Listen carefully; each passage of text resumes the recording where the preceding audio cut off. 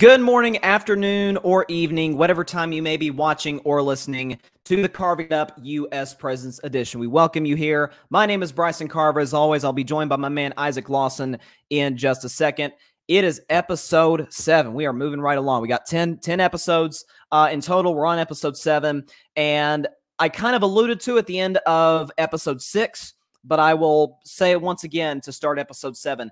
This period is probably, if it's not my favorite, it's certainly one of my favorite eras of presidents specifically in American history. So we're going to be covering 6 today. This is our second time covering 6 presidents, and or is our third time? I don't know. It's our last time, that I know for a fact, of us covering 6 presidents. We're going to start with Harry S. Truman, and then from there go with Dwight D. Eisenhower, John F. Kennedy, Lyndon B. Johnson, Richard M. Nixon, and finally with Gerald R. Ford. A lot to discuss on the show. So let's go on and bring on my man, Isaac Lawson. Isaac, can you hear me? Yes, I can. It's great to be back. It is great to have you on. It's thank God I can hear you. For those listening, we had a little technical issue before before the show. I don't know what was going on, but so before we kind of get into the show, like, what's sort of your? I ask you, to start every show, what's sort of your preview for the audience as to what we're going to be covering? Yeah, we're going to be seeing a lot of, the formation and kind of the fruition of the modern American civil rights movement. We're also going to see, the beginnings of the Cold War and it kind of develop in that conflict in that era in American foreign policy.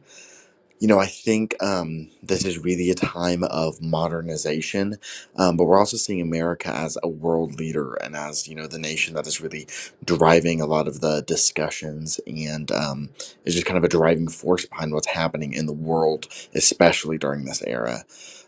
So I think that it's definitely like a new chapter that is very different from the other, kind of the other episodes and the other eras we've discussed. I think we're seeing America in kind of taking on a new role in this episode. And because of that, we're going to see the presidents are facing similar issues, but there's a lot more ramifications. And in some cases, it's harder to kind of, control what's going on. Oh, absolutely. I mean, because of the fact that we are now officially, we are a world power. There's no questions Mhm. about it whatsoever. We've developed into that. The rest of the world does sort of look to the U.S. along with the other powerhouses in the world as sort of maybe not necessarily a moral compass, certainly at all times, but our staying in the world, what we do matters big time. Probably more than ever has up to this point in history. So as we had the last few episodes, we're going to pick up where we left off in episode 6.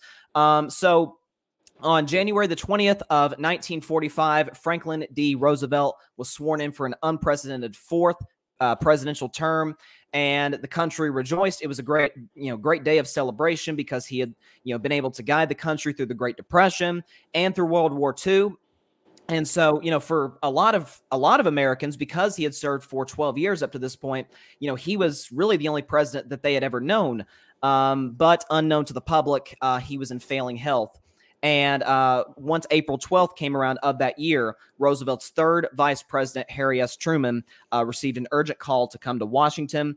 And, he's barely 3 months into his new job. Mhm. And he's instructed to come to the White House quickly but quietly. And he anticipated that FDR would be waiting for him, but instead it was the First Lady. And Mrs. Roosevelt told him, she said, "Harry, the president is dead." And of course, Truman is just shocked by this. He says, "Is there anything I can do for you?" And Mrs. Roosevelt, Eleanor Roosevelt responded, quote, "No, is there anything we can do for you? For you're the one in trouble now." So this Mhm. is, of course, it's a shock to the country of the president's death, but that goes now to the new president, Harry S. Truman. And so just talk about this. I know we touched on it in episode 6, but sort of building off of that, just how big of a moment that this was, for the country, that this was our guy for 12 years and all of a sudden he's gone. Yeah, so FDR had cemented, not only a large amount of political power, but he also was, in a lot of ways, the face of the American war effort and American resilience and even of the Allied forces. So, this loss was shocking. People didn't know that he was having health issues. That was something that was kind of kept away from the public as part of wartime propaganda. And it's just a shocking loss to the nation and to the world. And there's just a lot of question of kind of what happens now. For a lot of Americans, they really couldn't remember, even for adults, a time before. Um, Roosevelt was president, or at least a good time before, because he entered the presidency during the Great Depression. So people had, just come to associate him with, better times, but also difficult times, and as a face of just kind of resilience in kind of what America was coming to represent on the world stage. So losing him was, to a lot of people, felt like a very personal loss. When his casket goes on the train ride. Back to New York for his funeral, there are people lining up beside the tracks to pay their respects to him. And if the viewers want to see that and Google it, it's not like just a few people; like it's thousands of people that are coming out to try to pay respects for him because they felt like he had that significant of an impact on their lives. Um, and then we also have this kind of new problem that the American people are dealing with, and especially Harry S. Truman is dealing with, which is that he had only been vice president for not even 100 days. He's coming into this and he doesn't know the ins and outs of the war effort and where we are. And I'm sure we'll talk about that soon when it comes to the Manhattan Project. But he didn't know about that. He did not have details on that. He did not know what was going on, and he can't really be faulted with it because he had just become vice president. So he is really being thrown into a job that he is not prepared for, at a time where, it is probably more important than ever for the president to be kind of caught up on everything that's going on. Um, he is thrown into leading World War II, um, without really knowing the ins and outs of what's going on and the strategy that's being used.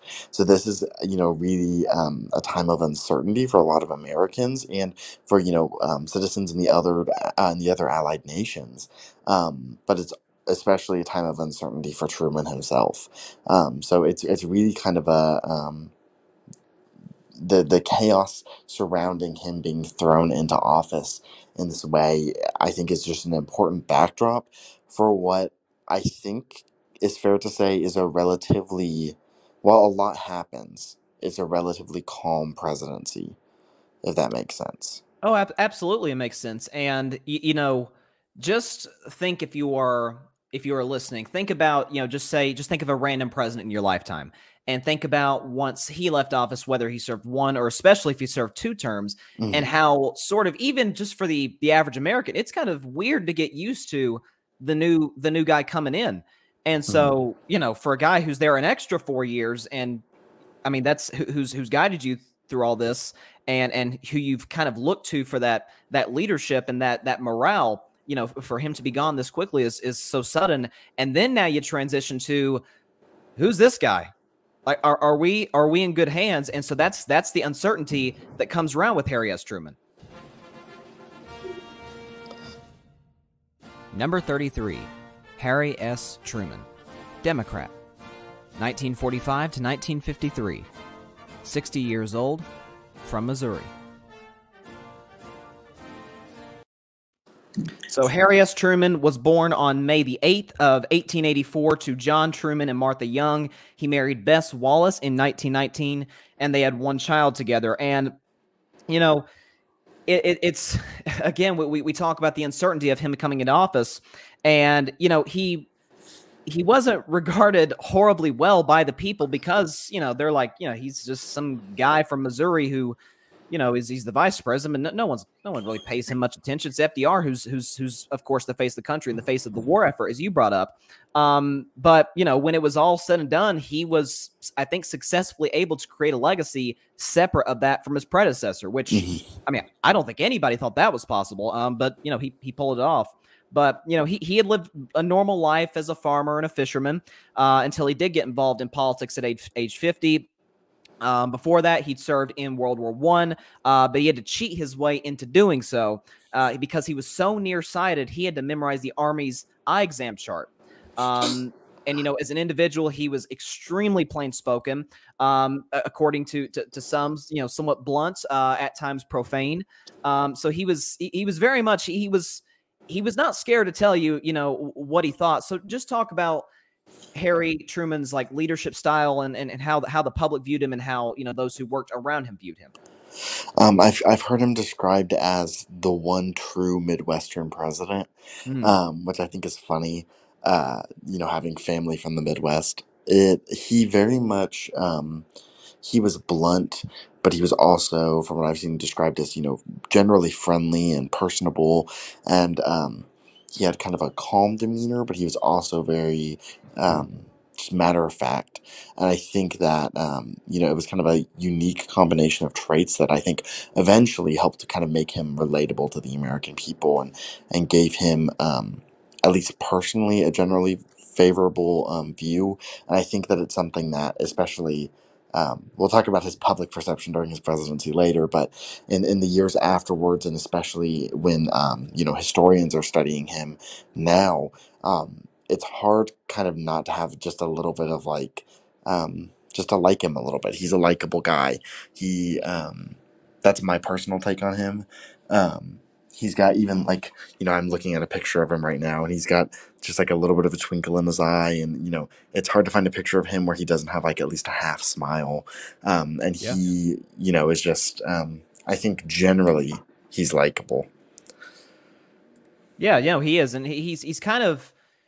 You brought up the relatability. I think just in American culture today, we sort of look at the Midwest as very relatable kind of people, and that's I think that's why eventually over time, and certainly at some points when he was president, and even afterwards, he was embraced. He was well liked among the American people. However, at times, obviously, this sort of matter of fact way did cost him a lot of public support. But as we'll find out, history sort of has a way of making sure they tell your story years down the road. But you brought up something briefly before we kind of got into Truman's introduction that we'll touch on now. That he comes in office again, like you mentioned, he hasn't been vice president for 100 days, and all of a sudden he is informed of this Manhattan Project, and it's he's sort of put on the spot now. Do I use this new atomic weapon? It was the first atomic bomb, and on about the same time that he comes in office, about little less than a month later, on May the 7th of 1945, Germany surrendered, which ended the war in Europe. But of course, the United States is still involved in World War II because of the very reason we got in it, because we're still at war with Japan. And it's estimated that had the war continued further than it ended up continuing, that there would have been around 250 to possibly 500,000 casualties. And so Truman, probably recognizes this, and he okayed the operation. He dropped the first atomic bomb. A short time ago, Yes. An American airplane dropped one bomb on Hiroshima and destroyed its usefulness to the enemy. That bomb has more power than 20,000 tons of TNT. The Japanese began the war from the air at Pearl Harbor. They have been repaid many-fold. Yeah, and that was the speech he gave after the bomb was dropped in Hiroshima. And on August 15th, 1945, Japan surrendered, and World War II mercifully, finally, was over. And he was, Truman was, hailed as sort of the man who ended the war. And so talk about the bombing, Truman's decision to do it, and sort of the aftermath of what happened in terms of how, the American public viewed it. Oh, hold on. I muted. Whoops. My bad. I just muted you. All right, go ahead. Go ahead. My bad. Truman's decision to, use atomic weapons in World War II is probably the most controversial decision of his presidency. And I would say it's one of the most defining moments of his presidency. there are other issues that we'll obviously get to in this episode talking about him that are still controversial and were important moments while he was president. But this is one that just stands out. He stood by his decision. He basically was looking at, evidence or reports that would say that a ground invasion of Japan would ultimately lead in more U.S. lives lost and more Japanese lives lost. And that his goal was to basically avoid that and try to end the war as quickly as possible.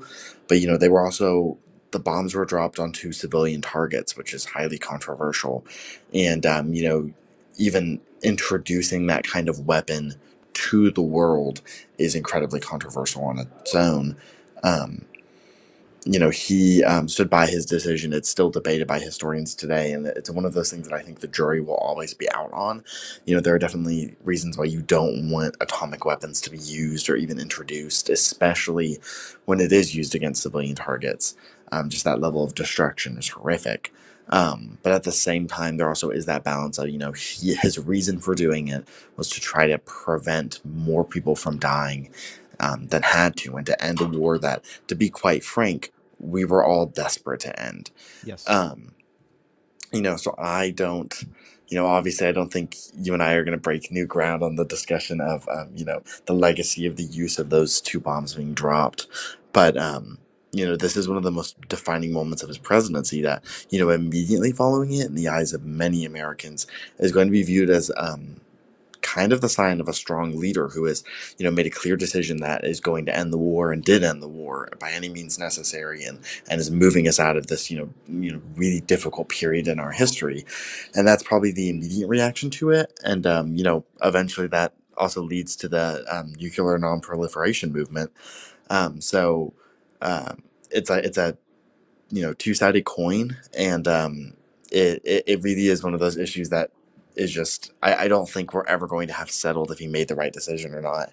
And it is one that he spoke about even in his diary, where he talked about this might be like the most terrible thing after like Noah and the flood. Which is a biblical reference. Right. But it's interesting to see that he also held kind of the grief and the severity of that decision.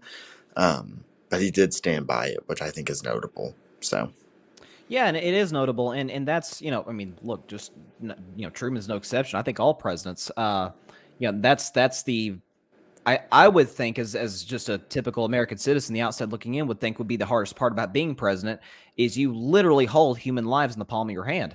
And so that would be the just the brutal part of it. But Truman's his personality really reflected his decision making. Like I think people appreciated his decisiveness in making this move, and of course it became one of the most famous presidential mottos ever that he had on his desk: "The buck stops here." And of course, it's been something that has been repeated time and time again by presidents and just I think by everybody in general. So that was just how Truman went about things. The buck stops on my desk. The blame falls on me, good or bad. And so the Hiroshima happens. And, despite the end of the war, there was a new storm brewing at this point between the United States and the Soviet Union in the battle of capitalism versus communism. And, as you mentioned, this is sort of the start of the Cold War. And, Truman got all the major leaders in foreign policy together to figure out how to handle the crisis, which included George Marshall and Dean Acheson, who developed the plan of containment, which was basically to contain communism rather than just attempting to stop it entirely. And containment would become known as the Truman Doctrine. So this was sort of their, Truman and these two, brilliant men, this was their plan to try and stop the spread of communism. And so, this is, does it work? Later in history, we'll find that out. But what's sort of your takeaway on that? And, what do you think Truman was in the right in doing this, and how it impacted, obviously future generations? I think that it was at a time where, for a little bit of backstory, the main divides were coming is between the U.S. and the USSR. involved disputes about the territory that the USSR had invaded in the fight against the Axis powers, and a dispute about whether those territories should be kind of returned to self-governance or should be set up with governments under all of the Allied forces, or whether the USSR had a right to be able to control what happened to those territories, which the USSR did control what happened to those territories, and that's what caused the rift.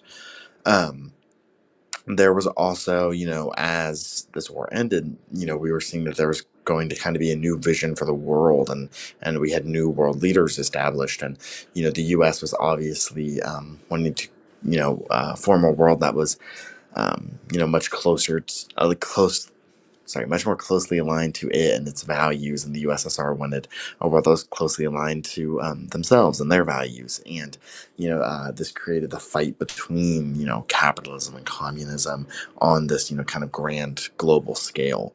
The Truman Doctrine, I think, kind of it hit the nail on the head that this was going to be a conflict, that we weren't going to be able to deny that this was going to be a major geopolitical crisis for decades to come.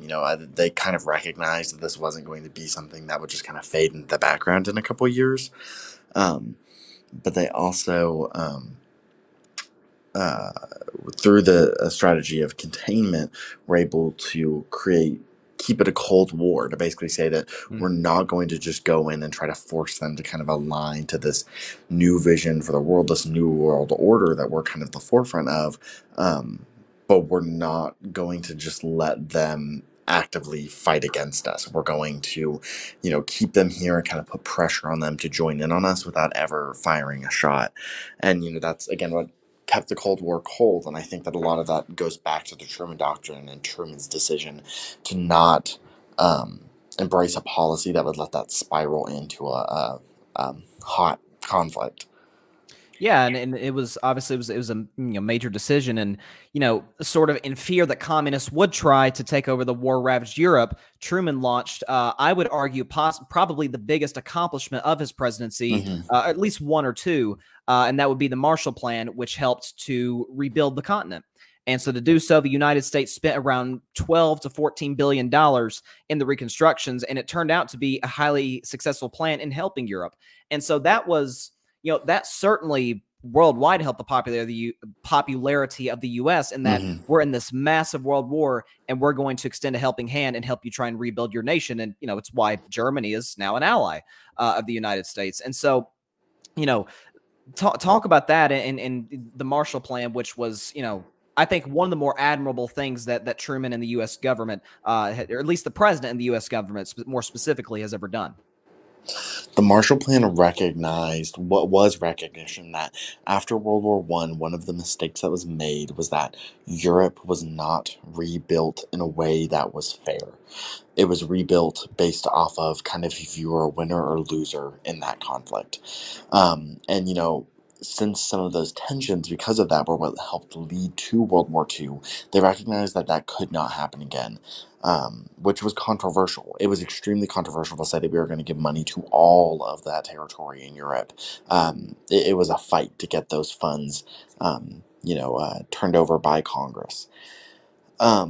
What the Marshall Plan did was, like you said, it was a rebuilding of Europe, but, and you referenced Germany there, but again, it was a rebuilding of all of Europe. This was rebuilding infrastructure. This was help rebuilding just towns themselves, restarting businesses, getting governments going. This was an investment on kind of all different levels of society to help, kind of bring back these nations that had been, in some cases, almost totally destroyed.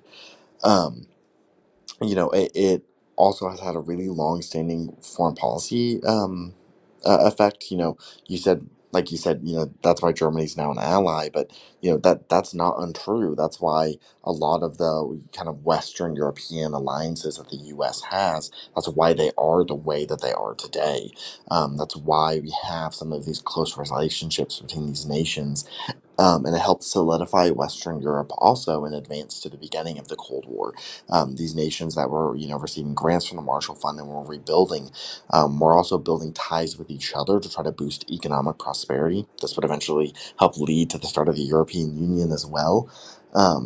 But this helped create ties that would then be used by the U.S. and by other European powers to kind of keep them in line and on kind of a democratic capitalistic avenue instead of going towards a communist dictatorship. Absolutely. And Truman, he hoped that through the Marshall Plan, the Truman Doctrine, and now that through NATO, that America would serve as sort of the prime example for democracy, for the rest of the world on the world stage. But while the government was promoting freedom abroad, we had our own inequalities here at home. And what Truman recognized through, obviously, we're talking about segregation, Jim Crow. Truman recognizes the real sort of hypocrisy. Time out. We just fought racism overseas, and we still got racism here, but we want to promote ourselves as sort of the beacon of freedom. And Truman talked about this in a speech one day at the NAACP. Our immediate task is to remove the last remnants of the barriers which stand between millions of our citizens and their birthright. There is no justifiable reason for discrimination because of ancestry or religion or race or color. So after this speech, Truman took a huge stand and he desegregated the military in January of 1948 by executive order. And he was really the first president to openly fight segregation. And he sort of begins this domino effect of presidents after him to, obviously, years down the road, it would result in the Civil Rights Act. But Truman kind of started, this by desegregating the military. And so talk about that and why, obviously we know the impact that it has today, but just sort of Truman's thinking behind it. Truman was seeing as, the war ended and, these soldiers were coming home, that, there were these soldiers that had fought, on behalf of, kind of the freedom and democracy that the U.S. represents. And they were coming home to a nation that was not welcoming to them and was not providing them with those same freedoms that they had fought for. He kind of heard the cries of these people and the advocacy of these soldiers that were coming home. This is also at a time where, like lynchings and very serious hate crimes were an everyday reality in parts of the country. So he was hearing about these things. These weren't things that he was isolated from. He knew that these things were going on, and the American people were reaching out to him about it. He also was someone who had seen during his time in the military the impact of government segregation. When Woodrow Wilson was president, he resegregated the entire federal government. So Truman had, seen this and experienced this in his own life and kind of seen this play out. But he was also hearing from people who were, kind of living on the other side of it. He recognized that, essentially, as we continue to go forward, especially if we were going to be a leader on these different standpoints internationally, then we had to be progressing at home. So in a way that foreign policy aspect and then that international leader aspect tied in really heavily with, him hearing and seeing, kind of the cries and the advocacy of, the Black community in the U.S. And this led to him making several important decisions. His most notable one would be his decision to desegregate the military, which it has been since he ordered that to be done. And it was for the length of the Korean War and every conflict since then that the U.S. has fought in. This is really important because, when the military desegregates, that is kind of the emphasis for the rest of the federal government to begin that process. So even though it takes another decade or two for desegregation to happen on kind of a grand scale across the country, we're seeing it really start to happen here we're seeing the beginnings of that finally taking place. 100%. And you know, obviously Truman deserves, you know, a ton of credit for recognizing this and, you know, being able to, you know, have an open ear to the problems that the black community were, you know, in effect sort of bringing to his desk. And the, you know, the unfortunate aspect of it is this was viewed as like political suicide, because 1948 is an election year, and, you know, his popularity had plummeted and his reelection odds looked to be slim to none. He looked finished. And you know, Truman's sort of obviously his mindset that we talked about, you know, throughout the start of the show. He's like, okay, if I'm going to go down, I'm going to go down swinging, and he goes on this furious, you know, campaign tour. He traveled the nation by train, and he traveled approximately 30,000 miles and gave 271 speeches. And his Republican challenger, who was the New York governor Thomas Dewey on the other end, he seemed to sort of expect the presidency. And we see that sort of throughout history. This is not the only time that this has happened, that if you go in assuming it, you tend to lose more times than not. And you know, Thomas Dewey had to find this out the hard way. He only gave 16 speeches. So, you know, think about that, 16 to 271. And stunning everybody, Truman not only won the electoral vote, but he won the popular vote.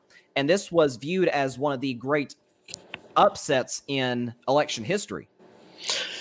Yeah, you know, this was shocking to the point that there's the, you know, very famous image of Truman holding up the newspaper that says Dewey defeats Truman the day after the election, because, you know, it was, the election had been written off to that extent in people's minds that there was no way that he was going to win this. And there were a number of reasons why. You know, one was that his decision to desegregate the military and begin that process was extremely controversial.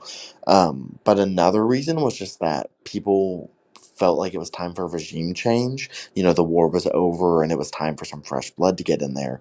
And, you know, at this point, even though Truman, you know, is a different president than they'd had for those last 3 terms, he was still at this point relatively viewed as an extension of Roosevelt. And it was viewed that they were still, you know, Roosevelt's men were in office. And so, you know, that was another thing from the Republican perspective at the time. They were saying, well, it's like it's our turn now.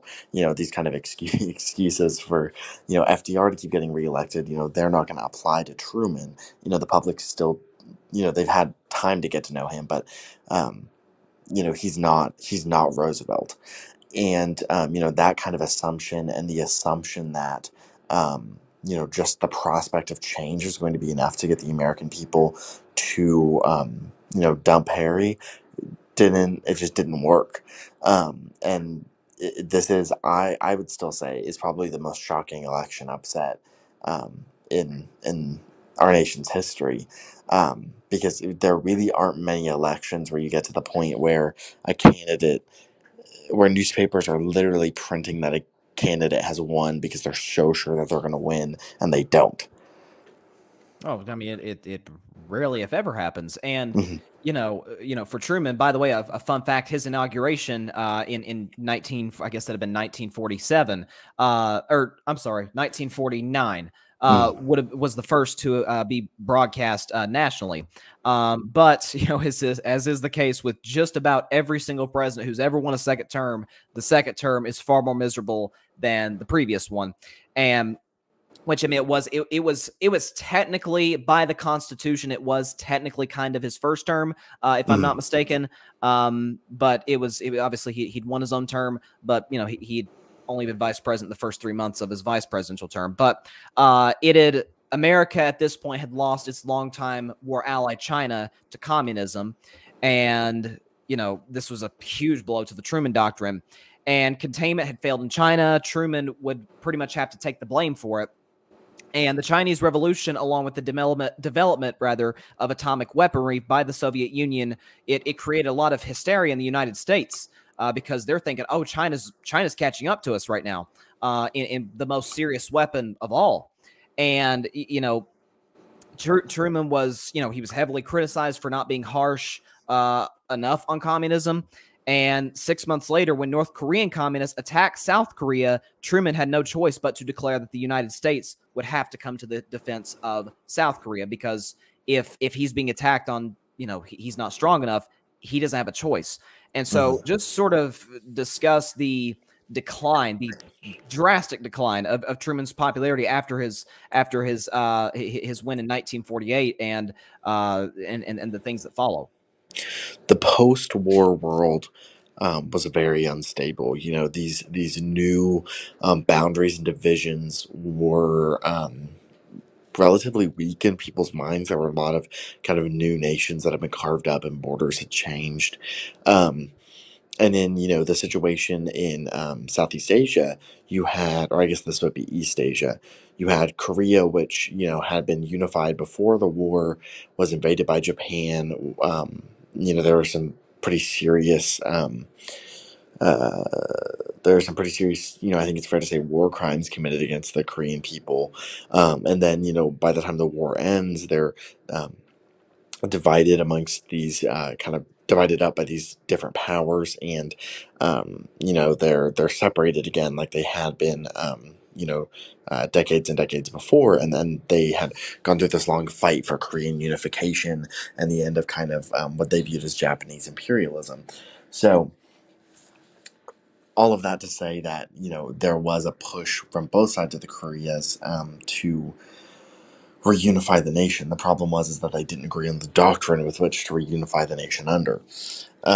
And when this happened, the USSR kind of jumped at the prospect of being able to kind of claim a victory there by reunifying Korea under a communist regime. China was an example where, there were new political forces that were really heavily debating which direction the country should go in. And it resulted in, what eventually would be a civil war and a communist uprising that resulted in, the regime change, which is the China that we, still know of today. These things I feel like were bound to happen. These countries, they just weren't, their political systems and their borders and everything, they just weren't set in stone yet. It was too early. The wounds were too fresh. So I don't think that any of that is necessarily Truman's fault, or even that there's anything he particularly could have done about it. The problem was that he needed to kind of keep that strong face that, we were going to contain communism, that, our ideology was going to win at the end of the day. And it looked like it was falling apart, even though there wasn't really anything here that he could do to control that. I would say the next most controversial decision he made in his presidency, after the use of the atomic weapons, is going to war in Korea. At the beginning, a lot of people viewed it as kind of like, we're going to go in and this thing is going to be fast. Like, this is going to be like whatever. We're going to be in and out and it'll be done. And that's not what happened. And we would be like winning for a while, and South Korea would be winning for a while. And then we would lose a bunch of territory, and North Korea would be winning for a while. And we went back and forth. And then, it actually ultimately resulted in being one of the things that inspired his successor to run for president. So, yeah, 100%. I mean, that's what tends to happen. But it's really, you brought up the fact that we were starting to have a few successes in this Korean War, but the momentum completely flipped once China, being the new communist regime that it is, backs North Korea. And so, that completely changed the momentum of the war, and only got worse with the escalating crisis for control of Vietnam, because Ho Chi Minh, who was the founder of the Democratic Republic of Vietnam, asked Truman for assistance in his fight for freedom from French colonialism. And, on the other hand, you had France, who asked for support in their fight against the communists. So you got this other conflict going on, and, it became Truman's mission really against Vietnam, to assist France in their fight against communism. And this, of course, would turn out to be the beginning of our involvement in the Vietnam War. And so this was, yet another conflict that, we're getting involved in. So, if you have any words on that, because this was something that sort of went right. It was yet another blow, seemingly, to the Truman Doctrine. This is one of the moments that will take, again, a couple decades to really fully develop. But this is where we see the beginning of the conflict in Vietnam. We'll see more development during Eisenhower and Kennedy's presidency until kind of it topples over into the Vietnam War.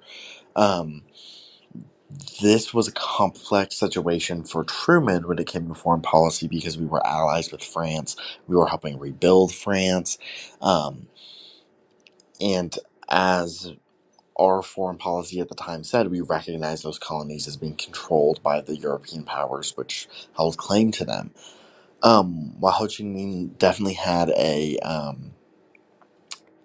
was using a lot of kind of propaganda to try to get us to kind of join with his side in the conflict by even citing kind of the revolutionary ideas that dated back to the founding of the United States. It wasn't enough to get Truman to even so much as apply pressure on France to consider allowing Vietnam to have self-determination at that point in time. His decision to stay to stand with France as a colonial power is one that, looking back on it, knowing what we know now, was a mistake. But at the time, I think why he did it makes sense. Like, I can see what he was thinking, which Sure. was basically France is rebuilding. We can't risk, alienating a nation in Western Europe right now for fear that they might start to ally with, communists. So we're just going to have to pick somebody to keep happy. And at that time, he viewed France as being more geopolitically important than Vietnam. We'll see, and we probably won't talk about it for all of them because it's not necessarily the most important thing in all of their presidencies, but we'll talk about it probably again, we should talk about it again by the end of this episode. Um, it eventually just continues to boil there, and then it just makes his inaction look dumb. It does, and by the end of his second term, it didn't look like anything was going right for him Mm-hmm. because China had been lost to communism. You had the fact that the Korean War had left a number of American casualties. You had there have been disclosures of corruption as well in many of the agencies of the executive branch. And the president's popularity had plummeted to an all-time low, and he was one of the least popular presidents in history by the time he left office. Mm-hmm. And his legacy as president really, again, we brought this up, but it really wouldn't be appreciated until decades and decades later. They because historians more specifically looked at the fact that, hey, he ended World War II. You had the Marshall Plan. He desegregated the military, and that's those steps to help the country both at home and abroad. I think certainly elevates him into that upper echelon of certainly one of the, I would argue, one of the 10 or 15 greatest presidents. And so what say you about Truman's legacy, not just when he comes out of office, but how we sort of view him since then? I think that when he first left office, there was definitely a much more negative view of him. He was viewed as kind of a failed leader, and he was viewed as someone who had gotten us off on a rough start in the post-war era.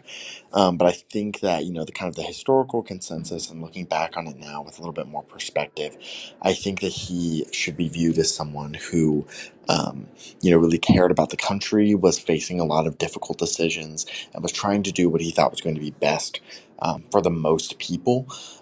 I think that, his kind of motto of the buck stops here, there's a reason why that is still something that is, said by presidents. I think there's a reason why kind of this relatable Midwesterner kind of persona that Truman had. I think there's a reason why we have seen presidents try to kind of replicate that appeal. I think, even not to bring up anything, currently political, but, there have even been references and things to the current president, to President Biden, and really trying to relate that kind of friendly persona um, that, is definitely what he's going for to Truman, in the way that, Truman was viewed in the eyes of a lot of the American people. And I think that, in a lot of ways, that's his legacy. He's someone who didn't always make the right decision, I think it's fair to say, but was someone who was working for the good of as many people as he could at once, and was someone who, had a vision for the post-war era. And I think that we are living in the culmination of that vision today, in a world where communism has essentially been defeated on the world stage, where the United States is a major world power, and we have not had another world war. Absolutely. And you also got to look at the fact that we think about, I mean, I haven't done this, like jot all the names down, but think about all of the presidents who have assumed the office, by way of the death of their predecessor. And it's just a disaster for some of them. I mean, we can think about John Tyler, Andrew Johnson on from there. But to the credit of Truman, I mean, he just comes out of nowhere. And, I think given the fact that he's sort of this surprise president in 1945, I think, not bad in terms of, now, obviously his decision making wasn't always the greatest at times. But the actions that he did, enact certainly did end up helping us in the fight against communism, the fight against racism here at home. Now, as for, his retirement, he died on December 26th of 1972. He was 88 years old. And he stayed active in politics up until his passing. I believe, if I'm not mistaken, that up until his passing, that the presidents that followed him would often call on him for advice or for what do you think we should do here? So even by his successors, even when his approval rating was low, he was still fairly respected among his contemporaries to follow. So. But that's the legacy of Harry S. Truman. And so we move into 1952. And the hot candidate, the guy that both sides, the Democrats, the Republicans, are going after, General Dwight D. Eisenhower. And, he had initially shown no interest in politics. But, by the 1952 election, he was pursued again by both parties. And he chose to run as a Republican because of the Democrats' handling, as you mentioned, of the Korean War, as well as the corruption inside of the White House under Truman. And when it was all said and done, it was the general behind D-Day who won the White House. Number 34, Dwight D. Eisenhower, Republican, 1953 to 1961, 62 years old, from Kansas. I don't know if there are any presidents in the modern era, so let's just say the last 100 years, that have been quite as popular as Dwight D. Eisenhower, both in the campaign and coming into office. I mean, I Like Ike was not just like a campaign slogan, like some cheesy thing. People genuinely loved this man. No, he was honestly, I think still is one of the best presidents in the post-war era. I really don't think that we've had a president since him that I think that large of a segment of the American population have just loved. I really don't think we've had one since then. And, there have been two presidents in particular that have had really large election wins, Nixon and Reagan. But I really don't think that it compares to the way that the public viewed Eisenhower. Even the people that didn't want him to be president still liked him. Yeah. Is kind of the way that I would put it. He did not have a lot of enemies, at least when he was entering office for his first term. And, he was someone who, there's the famous story, and it is a true story, that, Truman wanted to run for another term, and he basically called up Eisenhower and was like, I'll let you be my vice president. And Eisenhower was like, no. Eisenhower basically said, I've seen how you handled the Korean War. That's a hard pass for me. And then, a couple months pass, and Truman is starting to realize that he's not going to be able to win another term. And he basically calls up Eisenhower and says, listen, I'll be your vice president. and Eisenhower declines him yet again and then runs on the Republican ticket. He's someone who didn't have a lot of political experience, but he had a lot of leadership experience. He'd been the president of Columbia University, obviously the supreme allied commander of NATO, and, was this leader during World War II. He had, a long history of military service, going back to World War I. He was someone who was a seasoned leader, but was entering into an office of which, he, I think it's fair to say, was not necessarily prepared for, but I think that, anyone, I think anyone who's giving him a fair take would say that, he did just a solid job. He did a good job, which is always of a little bit of concern when it's a military officer, entering as the head of state of a nation. There's always some concern there about, kind of some separation of powers. But, if anything, I think that he curtailed the military, and I'm sure we'll talk about his farewell address at the end of our segment on him. He is a president that I think um, was one of the most defining of the Cold War era. Hmm. Yeah, no, 100%. And he was, I mean, very charismatic. That was one of the things. Like, I think something that's just fascinating about Eisenhower, and it's a little bit, he's not on this level, but it's a little Washington-esque in that he doesn't have experience as a politician, but he has innate, you mentioned the leadership, but he has innate good political skills, right? Like, sort of the ability to win the other side over. You look at the fact that I talked about the charisma. He was somebody who wanted to do right by the country, and early in his term, sort of to, I guess, sort of make an aspect of the presidency a little bit more relatable. Early in his term, he changed the name of the presidential retreat in Maryland from Shangri-La to Camp David, which of course it is known as today. It was named after his grandson, and he did that in 1953. But it's sort of his first major accomplishment as president was bringing an end to the Korean War, and an armistice that still lasts to this day. And ironically, the man who has used his power as a general to wage war, he now wanted to use his power in the executive branch to bring peace. And that was really his. You mentioned his farewell address, which we'll get to later. But that was who he was. All he wanted was peace. And he did this he downsized the military, which he believed by doing so would save the federal government the money that he wanted to use on another one of his goals. And this specific goal was the world's largest public works project, the Federal Highway Act, which was passed by Congress in 1956. And, look, this massive project is the reason we have interstates and why they look the way they look today. So, talk about the Federal Highway Act. And I mean, of course, it's like I mentioned, it's still very, very relevant to this day. So so for a while, Eisenhower was actually in charge of basically the division of tanks within the U.S. Military, and he went on a nationwide tour of the country while he was over this division, and basically led this group of military officers around, again, the entire nation. Any town that I think had a population of was like 10,000 or more. So they're traveling the entire nation, and this path is actually what becomes the path for the original, interstate program within the U.S. is following this trek that they make.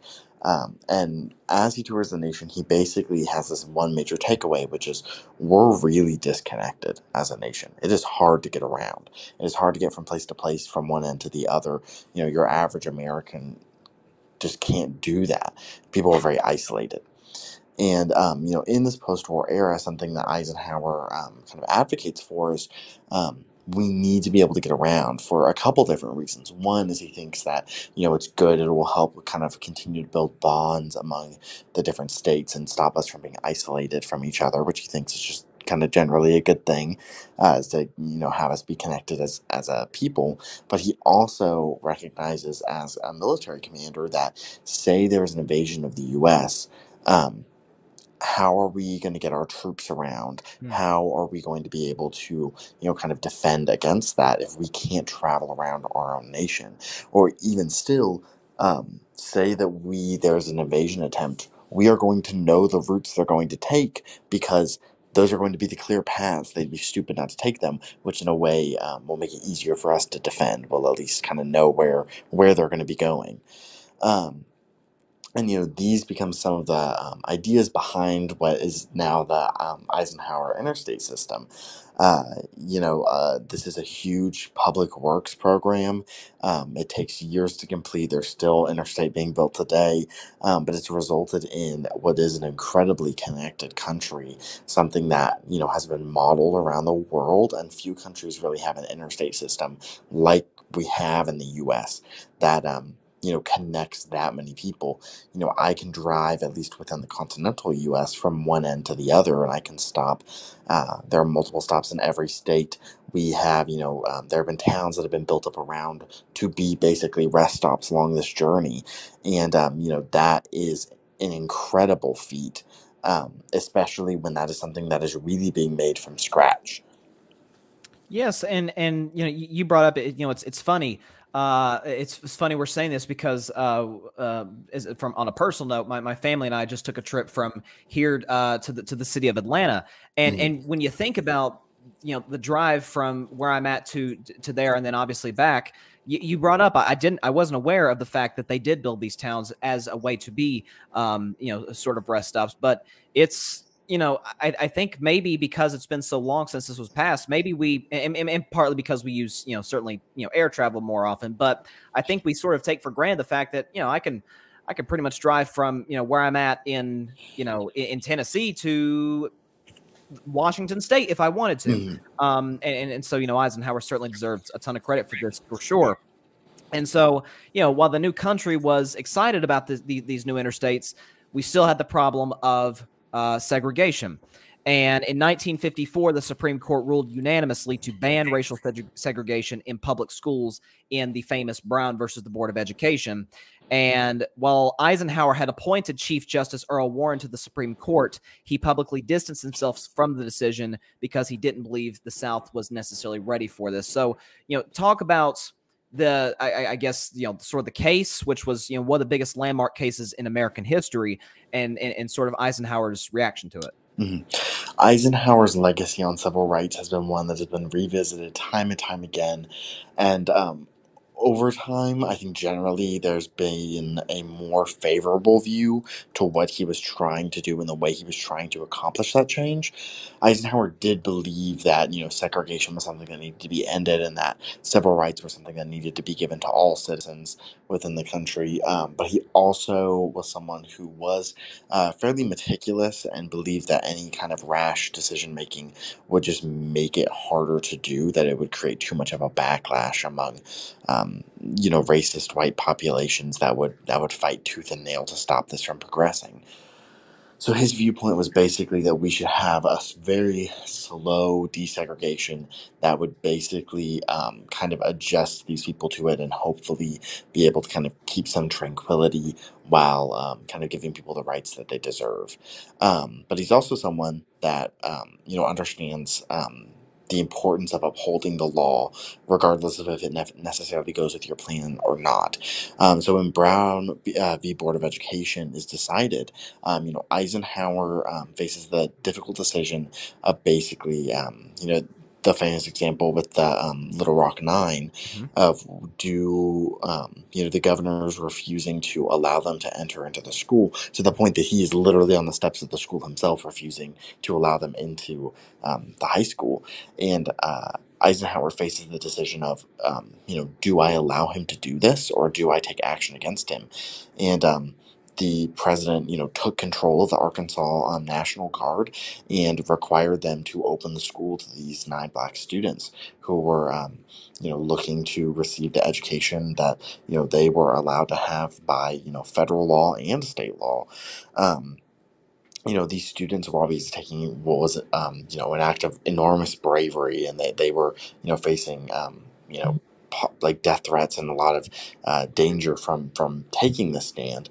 But Eisenhower, I think, also deserves credit for enforcing the Supreme Court's decision and doing so in a very public and in a very public way and a very controversial way at the time. People were not happy, especially in the South, that he was going to, in their eyes, use the military against kind of this, and I'm using air quotes here, but white majority. Um, this, I think, is one of the most, important moments in the civil rights movement in the 50s, is Eisenhower's decision to uphold Brown v. Board of Education in action and not just in word.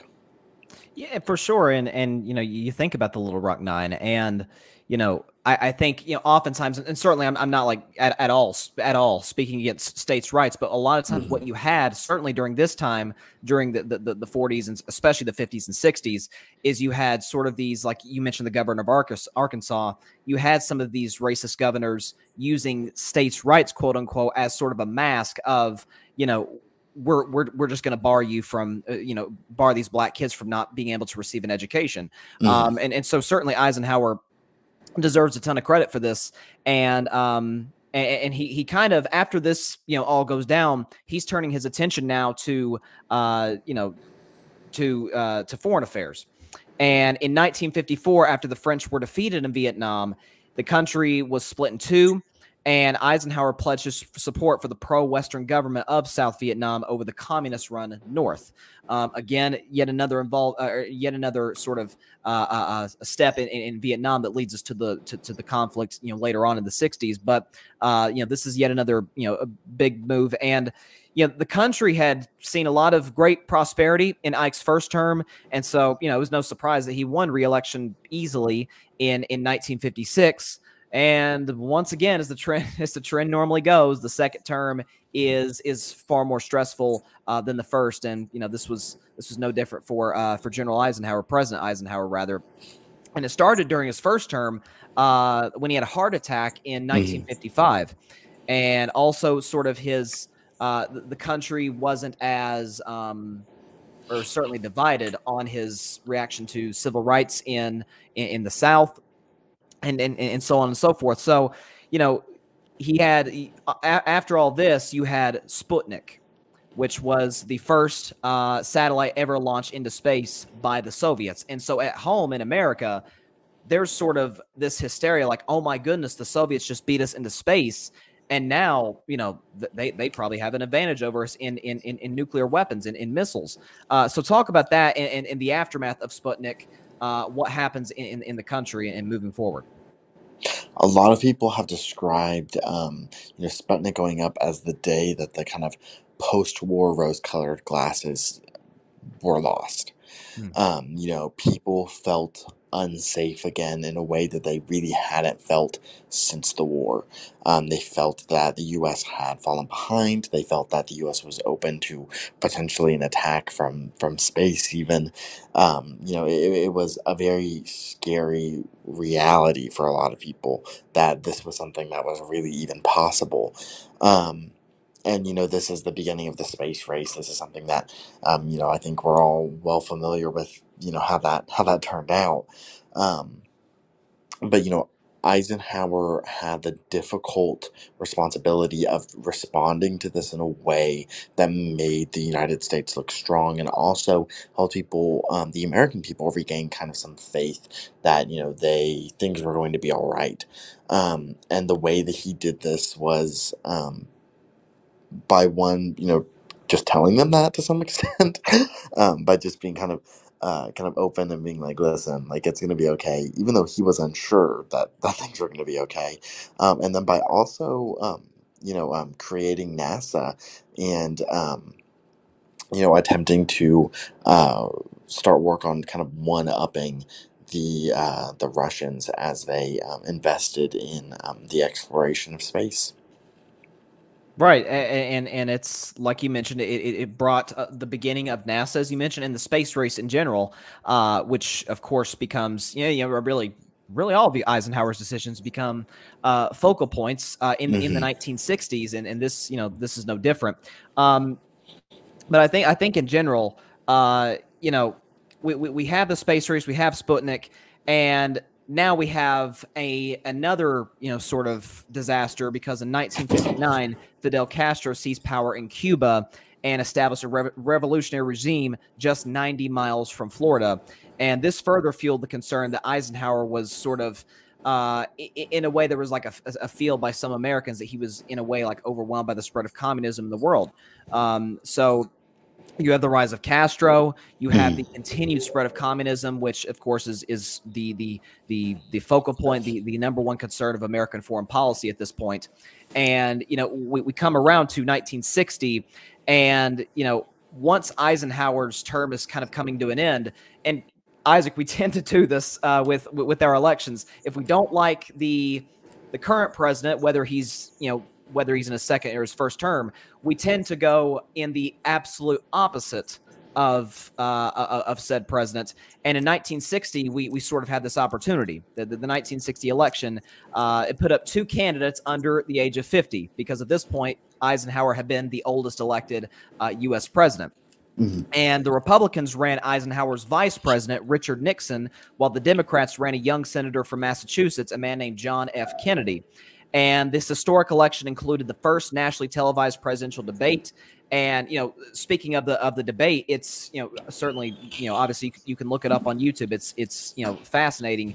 And a lot of people, Isaac, think that debate, because of how close the election ended up being, may very well have decided it.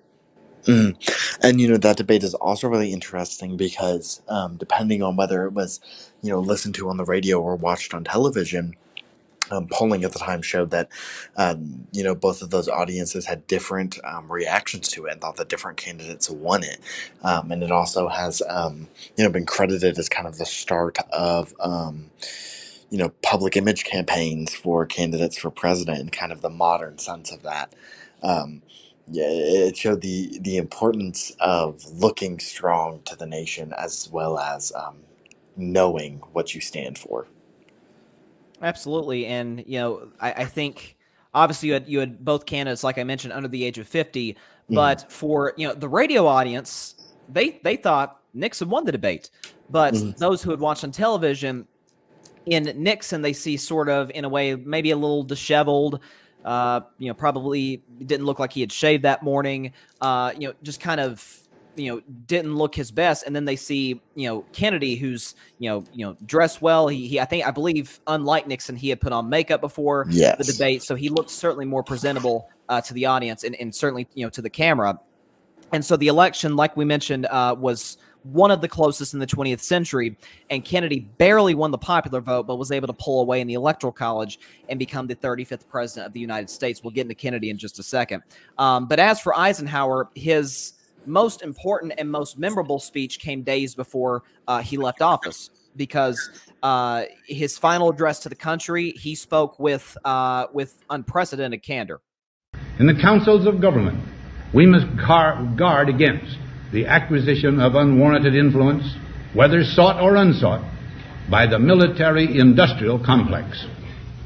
The potential for the disastrous rise of misplaced power exists and will persist. We must never let the weight of this combination endanger our liberties or democratic processes. For the hero of World War II, the mastermind behind D-Day, this was stunning to the country. And so just talk about the importance and the magnitude of Eisenhower's farewell speech. I think the thing that makes it so important is not only what he was saying, but who was saying it. This was someone who, intimately knew the military and knew these people who were in charge of the military. And he was warning against, giving them prolonged power.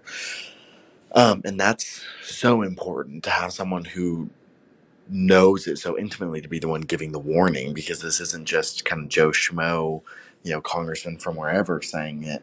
This is, former leader of the Supreme Allied Command and President of the United States, Dwight Eisenhower, saying, listen, I see this as a threat to the country. Do not let this happen. And, it's become something that both parties have struggled with at times, and both parties have had to kind of reel each other in on times. But, this has been described as the most important farewell address since Washington's. And I think that in terms, of just current day, it is the only one that I think is remembered with as much gravity as Washington's farewell address. He left being, I would say, mildly controversial, and the view of his presidency going on has gotten, stronger and stronger, and he's, more credit has been given to old Ike as time goes on. But I think his farewell address really encapsulates the best of President Eisenhower, in the way that he was someone who was cautious, who was meticulous, and who really wanted the best for the American people, and was going to do what he could to provide that to them. I think he also recognized that at the end of the day, the American people were the ones who had to make the decision for a better future. And I think we see all of that encapsulated in that speech. And I think that it says a lot about his character, that he was willing to warn against the military, which in a lot of ways was kind of his home. So it's one of my favorite presidential speeches. I would encourage the viewers to go and watch it. You can find it on YouTube. But I think that in a lot of ways it encapsulates how he wants to be remembered, without him necessarily coming out right and saying it. And what he wanted to be remembered for at the end of the day, when it was all said and done, was peace.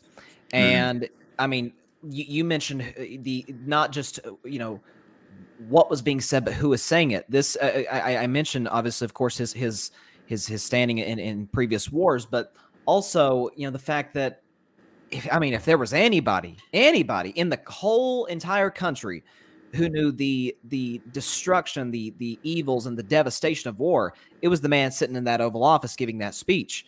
And so it was just huge, and it's still, I think, to this day a very relevant speech. But so he leaves office, and 8 years later he dies on March 28th of 1969 at the age of 78.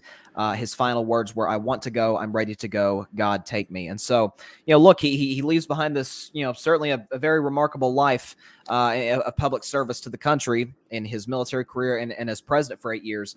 And so, sort of final thoughts on Dwight Eisenhower, as you mentioned, his legacy I think has only improved as time has gone on. I think that, he, the way he handled a lot of the hot button issues of the day, whether it's, foreign policy, I think McCarthyism is something we didn't talk about in this, but he was a vocal critic of McCarthyism.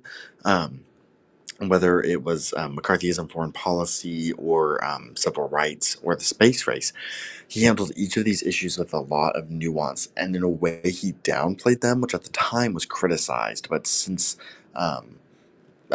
time has passed, a lot of historians have kind of recognized that there was some skill there, that he was downplaying them so that he could make moves without frightening the American people, without it becoming overly politicized, at least to the best of his ability, to be able to work for what he viewed as the good of the American people. And, I think on all of these issues, we see that that is what he did. The way that he handled McCarthyism, and the way that he kind of crippled it and ended, Senator McCarthy's career. Quite frankly, he did it in a way that wasn't showboaty. He did it in a way that was quiet. Even the way that he handled, like we talked about with the Little Rock Nine, he did it in a way that wasn't flashy. He did it in a way that was very solemn, and he didn't really give in to the governor of Arkansas's kind of goal to make it himself this kind of martyr for segregation. Eisenhower didn't give that to him, and still stood up for what he knew was right. And he did it in a way that I think exhibits a lot of humility. And I think that Eisenhower is someone that, Americans have grown to look back with fondness and a lot of appreciation for, as a president who I don't think will ever have another Eisenhower. I think that he is, there are some men that are just kind of, larger than life, and I think that Eisenhower is one of them. He is, and yeah, I think you make a good point. Can't really think of that many presidents pre or post Eisenhower that were, really quite like him, which I think, that in itself can elevate you into the sort of the group of great presidents, which, obviously we'll rank them on episode 10, but I think certainly you and I will both have Eisenhower pretty high. But let's move on to his successor, John F. Kennedy. Number 35, John F. Kennedy, Democrat.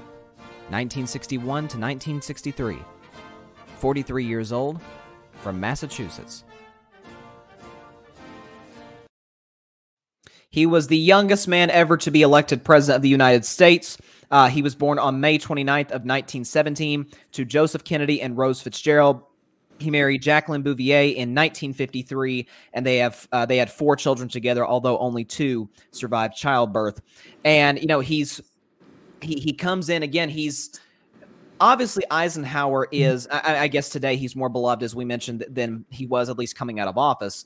But I think the public sort of embraced Kennedy in a different way. Like, again, they wanted sort of a younger leader. And he sort of embraced this in his inaugural address. He kind of called on the youth of America to change the world. Let the word go forth from this time and place to friend and foe alike that the torch has been passed to a new generation of Americans. And so, my fellow Americans, ask not what your country can do for you, ask what you can do for your country. Of course, that final quote has become quite iconic, but he is sort of embracing this. I guess we'll touch on quote unquote Camelot, but he is coming into office with this sort of youth and vigor, and so just talk about President Kennedy and how he was viewed amongst the public and by those around him. I think I'll describe him with a story that my grandmother has told me. The 1960 presidential election was the first election that she could vote in, and she said, she told me once, she said, "I'm going to be honest, she said, this is probably a bad thing, but I really can't remember what Nixon or Kennedy really advocated for. All I know is that I was in college and me and all of my friends went and left our dorm and voted together for Kennedy because we thought he was cute. And we watched the election returns that night and we're all praying that Kennedy would win because we wanted him to be on our TV every day." Which is a funny story, and to be quite frank, my grandmother isn't the only person, isn't the only woman who was of that age in the 1960s that has a similar story to that.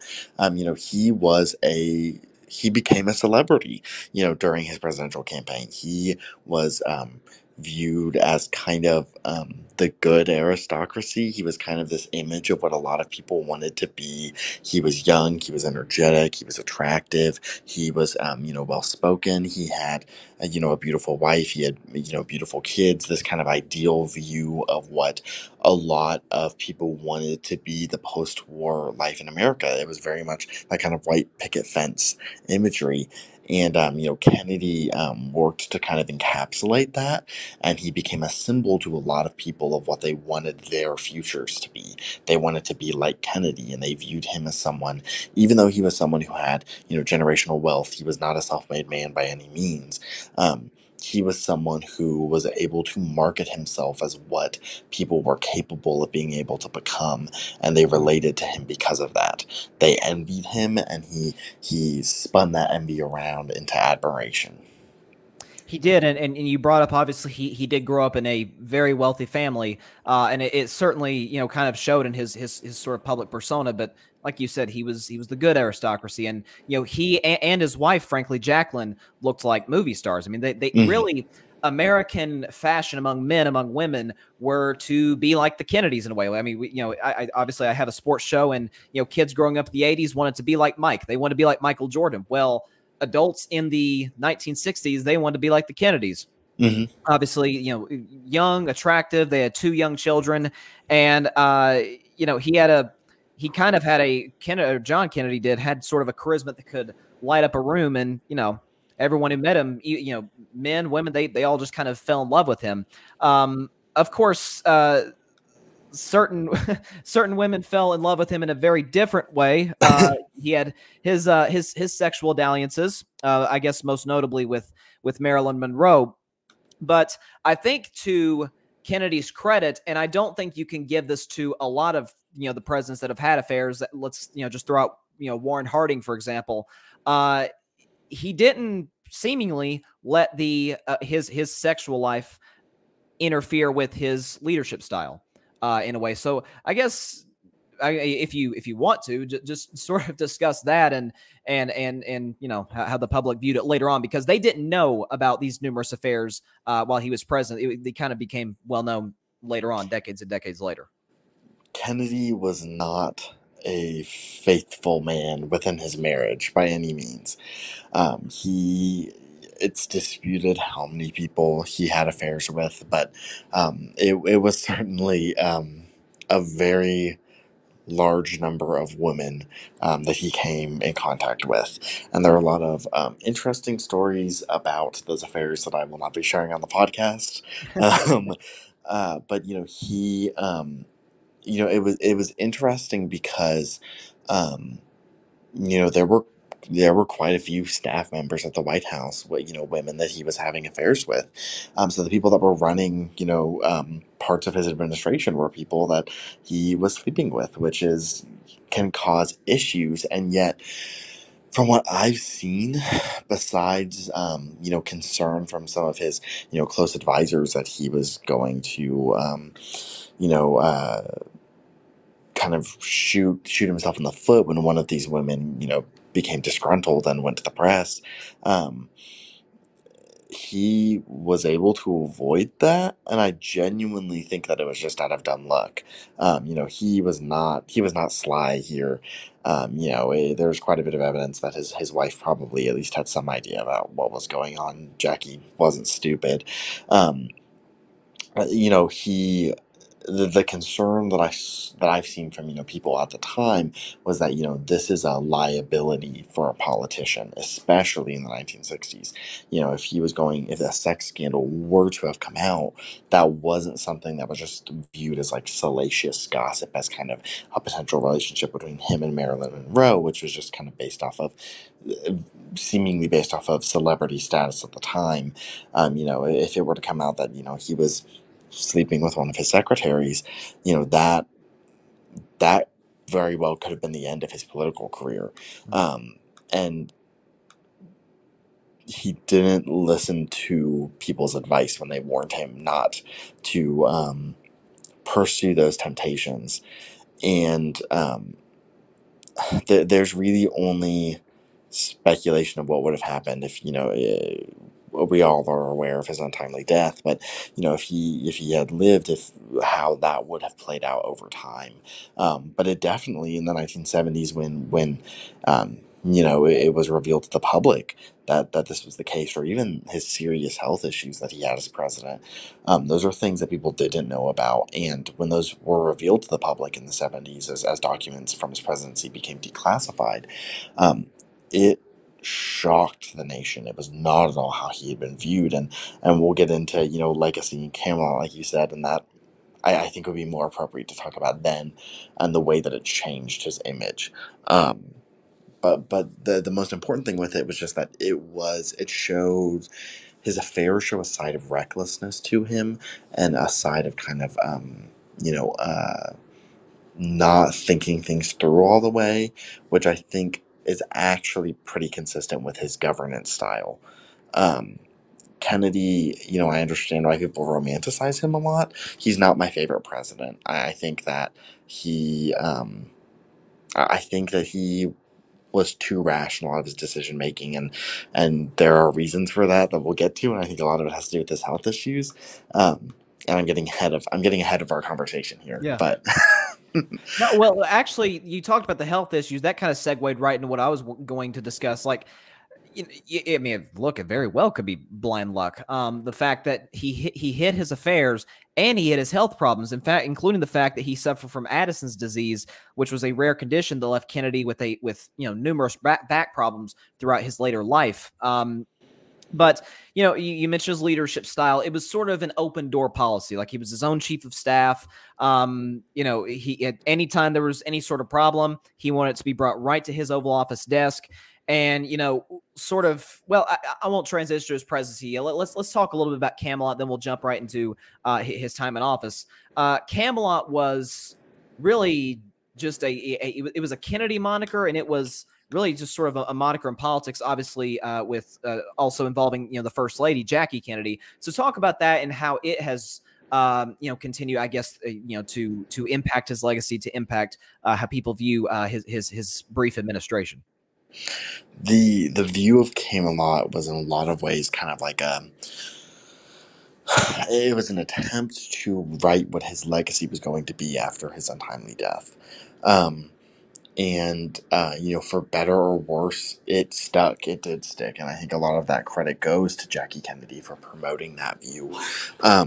He it views it as this time of kind of celebrity and wistfulness and just good times all around, kind of in this era that is like the real Camelot, kind of this unachievable myth of how kind of wonderful things can be, the way that we kind of view it in this kind of fanciful fairy tale, and yet that hint of some of it was true, like with the actual Camelot, that all plays into this symbol that the Camelot of the Kennedy era was.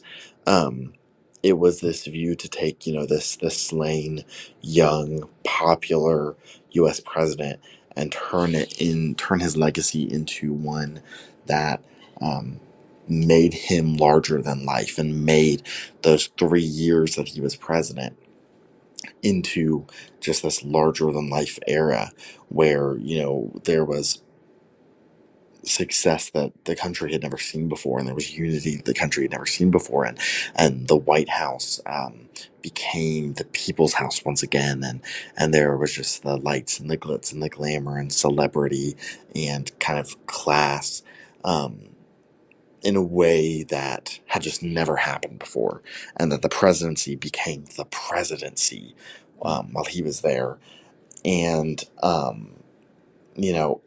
that there are hints of truth to it, but it is hyperbole. It's an exaggeration of the truth. If you really, really like Kennedy and you want to really, really like Kennedy, don't read much about his presidency, because it is disappointing. A part of it's because of all of that hype and the way that the legacy has played out, because Jackie wanted him to be remembered as someone who was larger than life, and she wanted these years to be remembered as some of the best years. She wanted them to be cemented in the minds of the American people, and that happened. That has happened. I don't think that Camelot view is ever going to go away. Right. But it's a fairy tale at the end of the day. His presidency was chaotic. It was disorganized. They were not entirely sure what they were doing. They weren't, even some of the political issues, like Kennedy is well known for civil rights issues. Kennedy had a very difficult time making up his mind how far he wanted to push civil rights issues and whether he wanted to be seen in public with civil rights leaders. And those are things that are kind of swept under the rug by the Camelot view to make him be seen as kind of perfect. And it's just very complex. There's no good way to put it besides that. It's so much more complex than that. And yet I think even now, the way that he is remembered, who John F. Kennedy is as a historical figure, he is King Arthur in Camelot. And I don't think that will ever be able to change. I think that's what his legacy is. For sure. I would probably argue, like, sort of the formation of Camelot would be that, I mean, obviously we'll get into, the end of his presidency, of course, but I would argue it was more of a way for it was a way for Jackie to kind of mourn his loss. Mm. I think the country, because of the shock of his death, I think that's why they embrace it, and probably why it's continued to this day. But, getting back to sort of his open door policy, he wanted everything to be brought to his desk. And one of the first issues that was brought to his desk was, or at least, one of the first people who came to him was the director for plans for the CIA. And he wanted the U.S. to launch a scheme called the Bay of Pigs. And this plan suggested that a group of Cuban exiles would overthrow Castro's communist regime. And Kennedy said, okay, we're going to go do this. and it was a flat out disaster. No other way, about it. Within 3 days of the invasion, the Cuban government had captured or killed the exiles, and Kennedy was forced to negotiate for the release of over 1,000 survivors. And I think, this could have been a sort of, I guess, like tumbleweed effect, and where, okay, this is just the public's going to lose trust in Kennedy because he promoted and enacted this big radical plan to try and overthrow Castro that fails miserably. But I think Kennedy saves his public image in that he takes full responsibility for it. He says, this was my decision. I deserve the blame for it. And it was sort of motivated him to kind of push his agenda from here on out, because you had he created the Peace Corps, he planned a war on poverty, and most notable, he challenged Americans to do the unimaginable and go to space. We choose to go to the moon. We choose to go to the moon in this decade and do the other things, not because they are easy, but because they are hard. Because that goal will serve to organize and measure the best of our energies and skills. Because that challenge is one that we're willing to accept, one we are unwilling to postpone, and one we intend to win, and the others too. And this was kind of in like this timeout. What? You think we can go to the moon? Are you crazy? But, I guess America being America, and certainly the technological advances we made, doggone it, we got in the moon within a decade. So this was, of course, after his passing, but he sort of inspired this movement. So talk about his legacy. I think this is probably one of, or at least at the top of the list in terms of how people view him in the space race. He put forward that great challenge, and it's something that presidents have tried to echo that tone again when trying to rally the nation around some kind of grand vision they have for the nation. His call to the space race defined it as an important moment for America. Eisenhower started that journey, but Kennedy defined it. He was the one that said, we're going to put a man on the moon, and we are going to kind of clear this horizon and this kind of sign of clear dominance, but also the sign of hope. That wasn't completed while he was alive, but it was completed, in memory of him. I think that the way that we remember the space race during Kennedy's era, is heavily influenced by his great skills as an orator. He was great at giving speeches. And there's a reason why there are so many clips of him that are just so recognizable today to people who are generations removed from his presidency. To be able to hear his voice, people know what Kennedy sounds like, and they know great quotes, asking out what your country can do for you, but what you can do for your country. And I think that the way that we remember the space race is heavily influenced by, obviously heavily influenced by Kennedy's touch, but I think his words are an important part of the legacy of that era of America. It is, and like you mentioned, he was a brilliant speaker, and sort of claims like this, we choose to go to the moon, that sort of, one could argue it was based in part off of his, I guess, quote unquote, youth and ignorance in a way as a president, maybe possibly even as a man. This actually comes to serve him pretty well in what was no question the defining moment in his presidency, the Cuban Missile Crisis. And in October of 1962, CIA spy planes took photos of bases containing medium and intermediate range nuclear missiles that were placed by the Soviet Union in Cuba. And Kennedy spoke to the nation about the threat, and he made it clear what the intentions of these weapons were. And, Kennedy was advised by military generals to launch an airstrike in Cuba, but Kennedy decided to ignore them. and he chose sort of a more conservative path and negotiated with Soviet leader Nikita Khrushchev. And when it was all said and done, Khrushchev agreed to dismantle the missile sites on October 28th of that year, 1962. So talk about, I mean, the real possible catastrophe that we avoided, in part, I would argue, if not completely, via Kennedy's decision-making and leadership in this. So just, you think about the Cuban Missile Crisis. Sometimes I think that we don't always realize how close Cuba is to the United States, and when you put those missiles, and if any of the listeners want to Google it, you can find maps online that will show what the range of these missiles were. This is going well into the continental U.S. where these missiles could be fired. So this isn't just Florida that's at risk, but these are large swaths of the U.S. and several major cities. And this is obviously a great concern. This isn't a removed issue anymore. The USSR seemed very far away. It was on the other side of the world for most Americans, and this kind of put them like right down the street. And I think that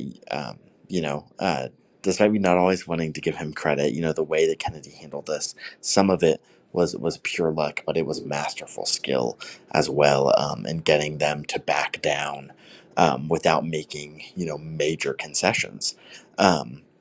This was something that one of the moments that was closest to the Cold War getting hot, if not the closest moment to the Cold War getting hot, and it didn't happen, and a lot of that credit goes to Kennedy and the men in his administration. They handled that masterfully. Oh, 100%. And I mean, there was a genuine concern among citizens. I mean, even among the media at the time, like, we may actually get involved in a thermonuclear war. And like you said, Kennedy, the people in his administration deserve, all the credit in the world for being able to get us out of it. Now, Kennedy was, I would say, among, I mean, you could argue it was maybe it was more symbolism than action. I would say it's the mix of the two. But of the presidents most involved in, fighting communism, I would put like Kennedy up there, at least close to, if not right with, somebody like Ronald Reagan, for example, in fighting communism.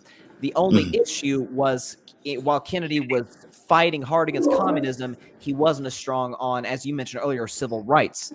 And so this is not in any way at the top of his agenda, at least up until the summer of 1963, when Kennedy himself watched the violence going on in Birmingham, Alabama. And it was in that town where Martin Luther King Jr. was leading a massive protest against segregation. And Kennedy, along with the rest of the I guess the sympathetic country, is seeing these black kids being hosed down and attacked by dogs and by police officers. So talk about this sort of turning point, or at least possibly could have been a turning point for Kennedy in his view of civil rights. Kennedy had contacts and friendships with several civil rights leaders, for years at that point. Most kind of mainstream politicians in the country did. He was unsure of to what extent he should act on civil rights. And part of that was a political issue because, as a Democratic candidate for president that day, he would have to carry the South. And if he made major moves on civil rights, he would lose the Southern vote. He would lose the Southern states. And that was something that, going into the 1960 election, he was concerned about. And obviously, after winning the presidency, there's the look on to a second term. So he was essentially trying to delay action until, he was in a second term, and then he wouldn't really have to worry about what that reaction would be anymore for him to start to kind of make moves there, because he was sympathetic with their plight. But you're right when you say, when the events unfolded in Birmingham, Alabama, Kennedy basically looked at it and said, they've kind of left me no choice. I can't just sit back and just allow this to happen. This is putting what was already happening. These events, weren't always televised, but the treatment of African Americans in this way was, a serious and violent thing that was not publicized in that day, in a lot of cases purposely by the media. But when it was put on TV and the nation all saw it, people were horrified. And as it was brought to our attention, Kennedy was to some extent, I would say, forced into action. But I think at that point it opened the door for him to be able to do what he was already interested in doing without concerns about the political ramifications of it. Again, he didn't get to see, civil rights taken care of in his lifetime. He didn't get to see the fruition of these events. But he was able to help move the dialogue within the Democratic Party to be much more favorable towards civil rights, especially, as it relates to his vice president. He kind of, lined it up for him to take the swing when he became president. And Johnson was a Southern Democrat who, had a very contentious history when it came to civil rights. So it's interesting to see how those events unfolded. I recently went on a trip to the National Civil Rights Museum in Memphis, Tennessee, and they displayed their. While Kennedy is by no means the focus of their discussion there, you see this kind of back and forth and him debating about how he should address these issues on display in that museum. He was not sure what was the best path to kind of protect himself and his party politically, which is something that he had to take into account, but also be able to uphold the rights of all Americans. Yeah, and he actually, as a matter of fact, he in a televised address on June 11th of 1963, he actually spoke to the nation about his concerns of what the concerns of the country should be. 100 years of delay have passed since President Lincoln freed the slaves, yet their heirs, their grandsons, are not fully free. They are not yet freed from the bonds of injustice. They are not yet freed from social and economic oppression. And this nation, for all its hopes and all its boasts, will not be fully free until all its citizens are free. And that was, obviously something that at least was beginning to climb toward the top of his agenda, at least, darn close. And like you mentioned, he did sort of set it in motion for his successor, for his vice president to enact. And so we talk about the civil rights movement and which is really gaining traction in 1963. Kennedy is starting to finally, fully vocally, as we just showed, endorse it. And so this is becoming a big issue. And so it's June. So 5 months later, November the 21st of 1963, Kennedy and his wife, Jackie, joined Vice President Lyndon Johnson and his wife in San Antonio, Texas, to commemorate the opening of a new space facility. And Kennedy gave a speech there about, obviously sort of continuing his go to the moon speech, if you will, about pushing for us to continue this endeavor, as he would say, to to win the space race and put a man on the moon. And of course, the next day, he and Jackie went to Dallas.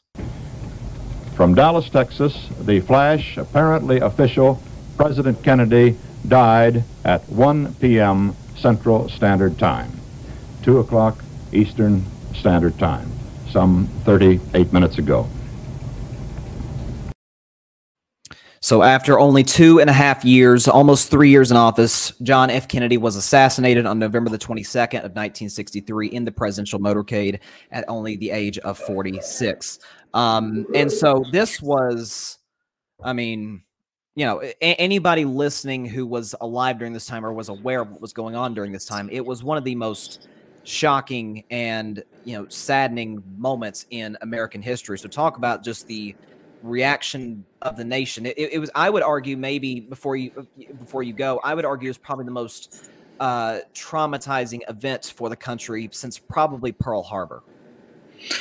I would definitely agree. This wasn't, in contrast to FDR's death, this was a complete and total shock. There was no idea, no question, in the public minds about whether Kennedy would live through his presidency or not. He was at that point in time the youngest president ever elected. He still is, but it was also the fact that it was public in a way that was different. Obviously the Zapruder film wasn't something that, they had access to at that point in time, but, those images, the photographs that went around, that was something that we had never had from an assassination of a president before.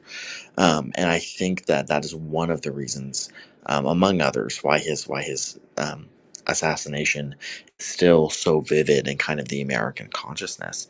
And after this response, there is a lot of question of kind of how do we in this modern America deal with the assassination of a president?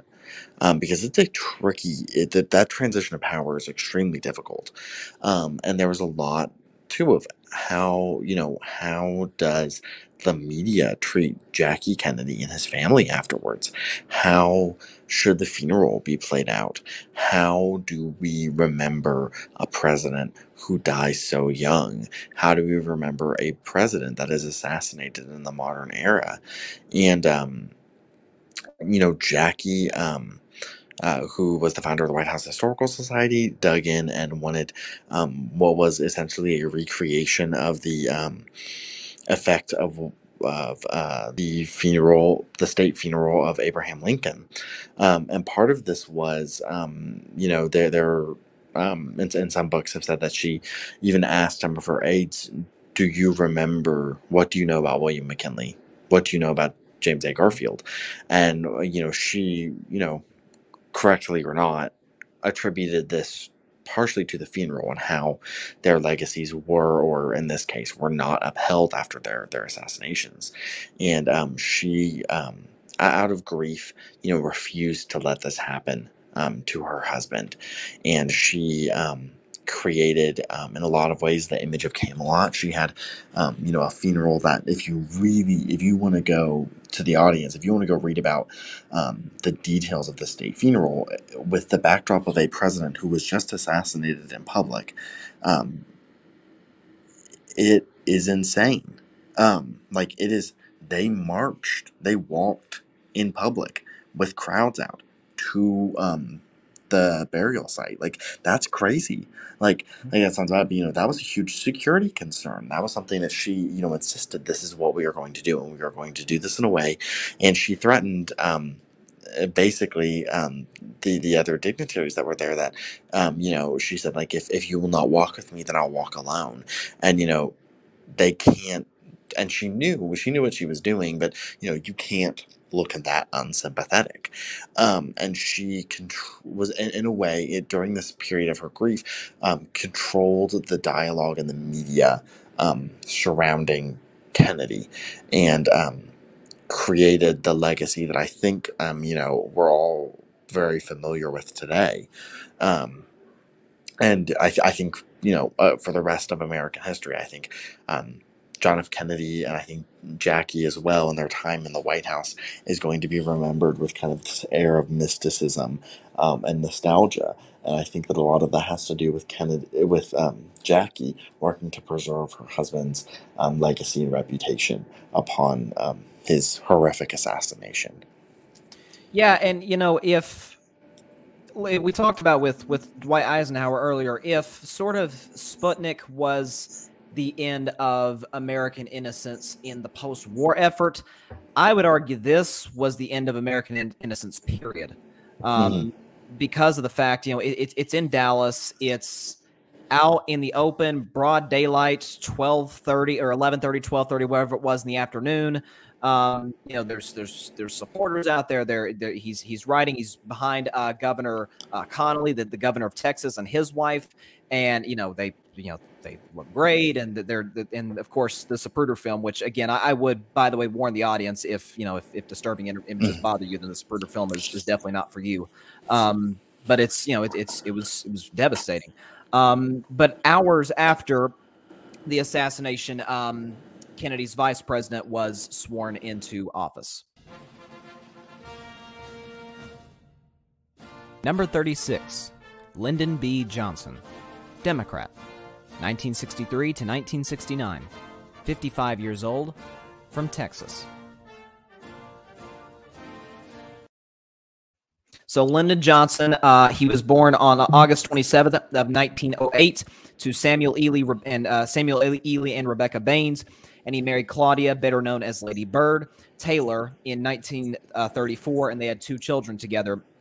And the day after Kennedy's assassination, Johnson pledged to dedicate his presidency to sort of the unfulfilled work of his predecessor. But he said, "Let us begin." Today, in this moment of new resolve, I would say to all my fellow Americans, let us continue. So Johnson dedicated really his whole presidency to sort of fulfilling the what John F. Kennedy was not able to do. So talk about, I mean, if you will, like the difference between when Harry Truman comes in office and Lyndon Johnson when he comes into office. Lyndon Johnson was just in personality and tone. Kennedy was a very young, charismatic New Englander. He was from, like we said before, kind of and I am using air quotes again when I say this, the good aristocracy. He was very much of that world. Lyndon Johnson was not. Lyndon Johnson was a Texan. He was a kind of he had been Senate Majority Leader for years. He'd been a senator and a congressman for years, before Kennedy ever entered office. And he was someone who knew how to politic really well. He was not the greatest public speaker. He had a very foul mouth. He had a very I'll use the word immature sense of humor. And he, I think, quite frankly, in temperament and personality and background, he is probably as far from Kennedy as you can get in a lot of ways. They were not very similar.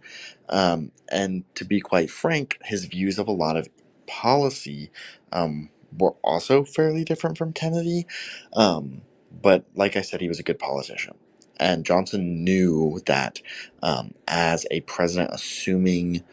vice president assuming the presidency after the assassination, and especially an assassination that the nation was taking with that level of difficulty, that he was going to have to honor Kennedy's legacy throughout his time in office. And the way that he did this was by picking up several issues that Kennedy had pushed for, but he also did it in a way that was all his own. So, he had to be coaxed into continuing with the civil rights movement, but he did. He listened to his advisors, and ultimately, we'll talk about the Civil Rights Act more. But the Civil Rights Act, the Fair Housing Act, among others, were incredibly important pieces of legislation that changed American society for the better. And then there was also the Great Society, which I'm sure we'll also elaborate on momentarily. But Kennedy had talked about public housing, he talked about public welfare, but those were not his primary issues. But Johnson was able to take that issue that was something that was very important to him and be able to spin off of Kennedy's work and make it his own, and be able to kind of establish his own image outside of that. And then I think that's definitely how he wanted to be remembered. And then you can't leave out the Vietnam War, and we see that really come into fruition in his presidency as well. So there's like a lot of kind of moving pieces here, and I think that throughout his entire administration, we see callbacks to Kennedy, sometimes to critique him and sometimes to compliment him, and that is Johnson that they're critiquing or complimenting. Yeah. Right. I think that his presidency is a presidency that is standing in the shadow of the one before it, and he can't quite live up to the persona that had been built up around Kennedy. But he also didn't necessarily care. So that's where I'll leave it. That's well said. I mean, he was, I guess, like the best word I would use to describe Lyndon Johnson is probably crass. You know, he was, you know, somebody, he obviously didn't have the charisma that that Kennedy did. He was certainly a man who had as big of an ego as the state that he was from, the state of Texas, if not bigger. And he would have, you know, up and down mood swings frequently. And, you know, because he wasn't as educated as many of the people that he was working with, you know, he would often try to push his weight around just to prove he could do it. He was a large man. He was about 6'3", 6'4" tall.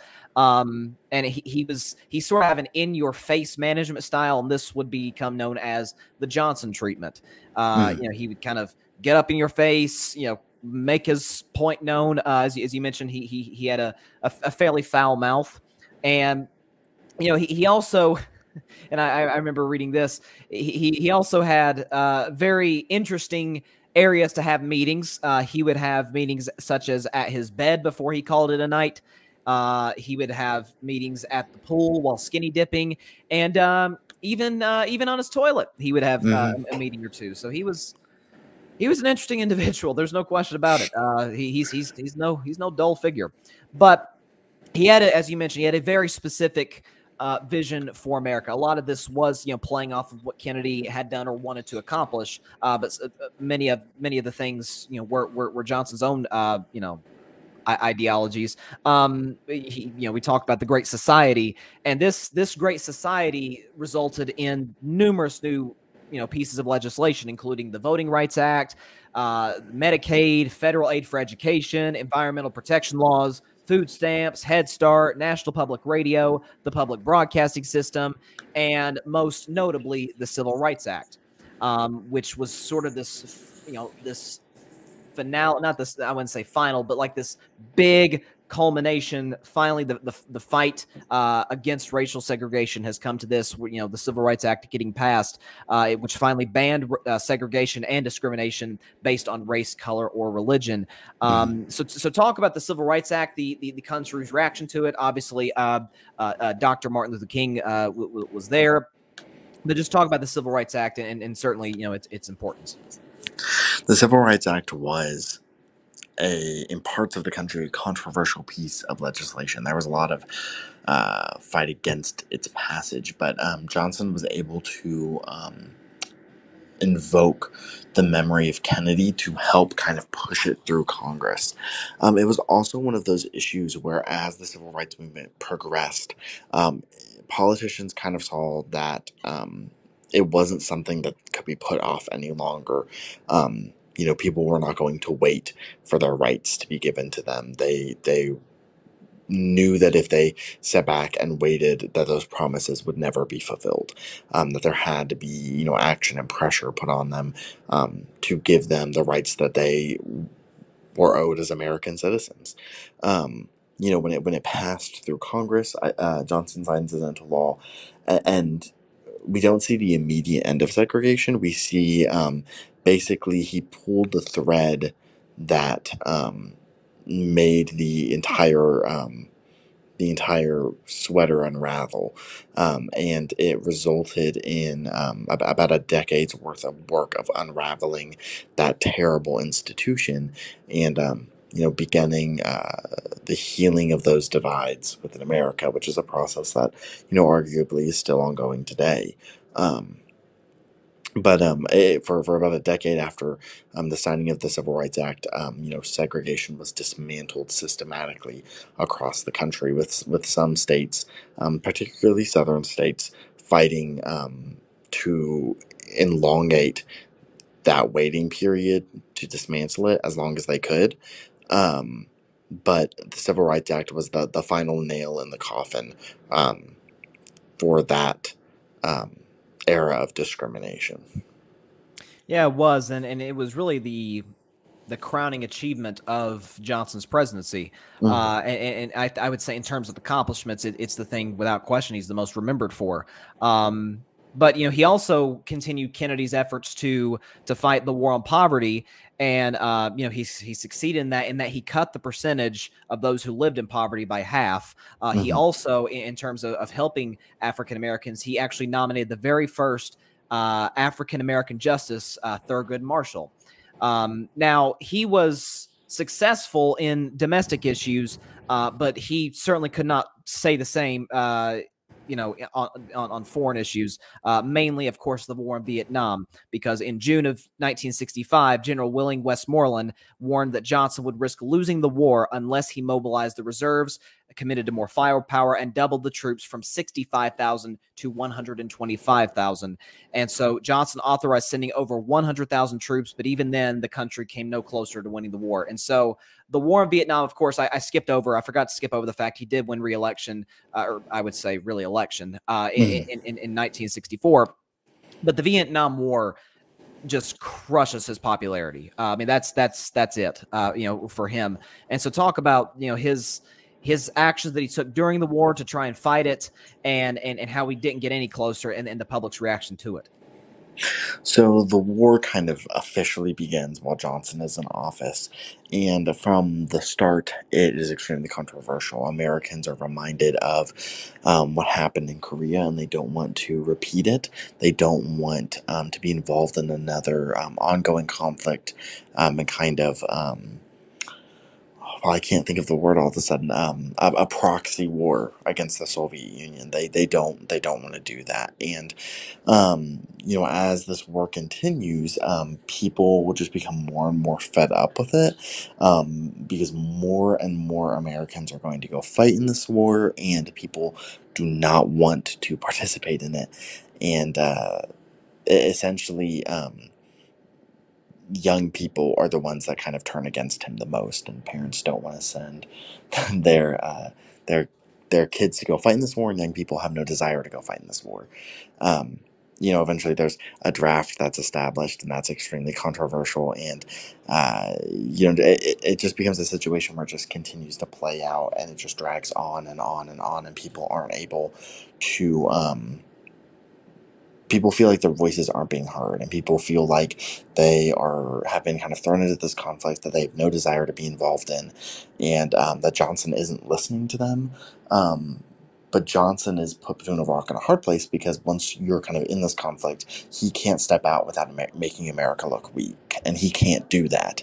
And it just becomes this kind of situation of impossible options for him, and there is really no right thing that he can do within his eyes. And this is what a lot of people consider to kind of be the unraveling of his presidency, is that people lose faith in him. The for him, the honeymoon period after Kennedy's assassination is gone. People are no longer viewing him through that lens anymore. They're viewing him as a failed president.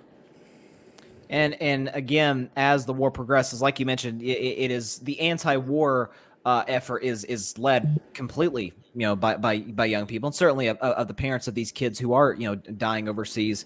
As a matter of fact, numerous protests went on around the country, particularly in Washington, in front of the White House, and it's said that President Johnson was, devastated by the famous chant, "Hey, hey, LBJ, how many kids did you kill today?" It tore him apart, because of course he wants to end the war, but he's in this tough position. What do I do? And so, in that same year, 1968 is just a chaotic year, because the Vietnam's going on, and you add to the fact that both Robert F. Kennedy and Martin Luther King Jr. both are assassinated within a span of about 5 months. And so, but right sandwiched in between those two events, because of his complete loss of popularity, certainly among young voters or people who are going to vote for the very first time, Johnson, on March the 31st of 1968, announced that he would not run for re-election. With our hopes and the world's hopes for peace and the balance every day, I do not believe that I should devote an hour or a day of my time to any personal partisan causes or to any duties other than the awesome duties of this office, the presidency of your country. Accordingly, I shall not seek, and I will not accept the nomination of my party for another term as your president.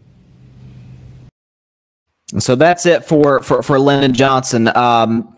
Toward the end of his term, after the election of 1968, he tried to negotiate peace with Vietnam, but he failed. And he wanted, of course, badly to end this war. And few presidents were ever far more devastated that the country had fought in a war as this particular president, because he was one who he wanted his legacy to be defined by his handling of domestic issues such as civil rights and so on and so forth. But while those accomplishments are unbelievable and excellent, there will always be this cloud of Vietnam for Lyndon Johnson. So talk about his legacy, and he's kind of like a mixed bag with a lot of people, because he was, like I said, he was great on domestic issues, but with the Vietnam War, it was a complete disaster. So just talk about that. LBJ's Great Society is really, I think, a focal point in the modern history of the Democratic Party. A lot of their platform is still wrapped up in the same issues that or what he wanted to be the defining points of his presidency. But the war overshadowed all of that, and it became this one large unpopular kind of motif that just continued to make any domestic achievements he had look like nothing in comparison to this kind of large elephant in the room that he really felt like he couldn't address, and he couldn't give these people what they wanted. He couldn't just end this war. It wasn't that simple. And I think that, as we look back on him, I think that, there are a number of takeaways from his presidency. I think one is that, foreign policy is just as important as domestic policy in making a good president. I think that it is fair to say that the character of the president does matter quite a bit, and I think that a lot of Johnson's flaws played into some of the troubles that plagued his administration. But I think that at the same time, I think that a president who understands the importance of legacy and knows how to use that as a tool is something that is invaluable for someone who wants to really make an impact on the country. And I think that those are all things that I think, define a lot of Johnson's time in the White House. And I think that his legacy is complex, because I don't think it's not one that I feel like I can easily wrap up to just one thing. And I think that that's something that Johnson would have liked. I think that he would have liked that he's hard to define. He's very hard to define as an individual, as a president. And so, he leaves the White House, he leaves office, and, unfortunately, he took up smoking, which of course he had given up while he was president, I believe as vice president as well. And he had a, fairly short retirement. He died on January 22nd of 1973 at the age of 64. So again, like I always say, like a mixed bag in terms of his legacy. And like you said, that is probably how he would have wanted it. And so we move on from Lyndon Johnson into, somebody who's made a pretty big comeback. Of course, he loses, the guy I'm talking about loses the 1960 election to John F. Kennedy, by the skin of his teeth. And then he comes back in 1968 and just wins by, a massive margin, one of the biggest in American history. Of course, we're talking about Richard M. Nixon. Number 37, Richard M. Nixon. Republican, 1969 to 1974, 56 years old, from California. So Richard M. Nixon, he was born on January the 6th of 1913 to Francis Nixon and Hannah Milhouse. He married Pat Ryan in 1940, and they had 2 children together. As a matter of fact, a little fun fact about his family, his youngest daughter, Julie, is not only the daughter of a president, but her husband, David, is the grandson of Dwight D. Eisenhower, and as we mentioned earlier, the namesake of Camp David. So, funny enough, and I don't think this is the same case in any other, president, vice president duo in history, but there's like some, they're basically relatives in a very distant way, both Eisenhower and Nixon. You know, which is fascinating. But Nixon ran a campaign that was fixated on the hot issue of the day, and that was ending the Vietnam War. But, you know, in truth, he really wanted to keep the war going. And, you know, the last thing he wanted was for the war to end in October, you know, a month before the election, and basically almost guaranteed that Lyndon Johnson's vice president, Hubert Humphrey, would win the presidency. And so he led on to the South Vietnamese that if they held on, that Nixon would give them an even greater reward than Johnson. And this would be, you know, the first of what would be a number of illegal events that would lead to his last name becoming a presidential synonym for corruption. And so Nixon was one of the most experienced politicians to ever become president. He had been a congressman, senator, and a vice president. But as became very well known, over the course of his long political career, he accumulated a number of enemies.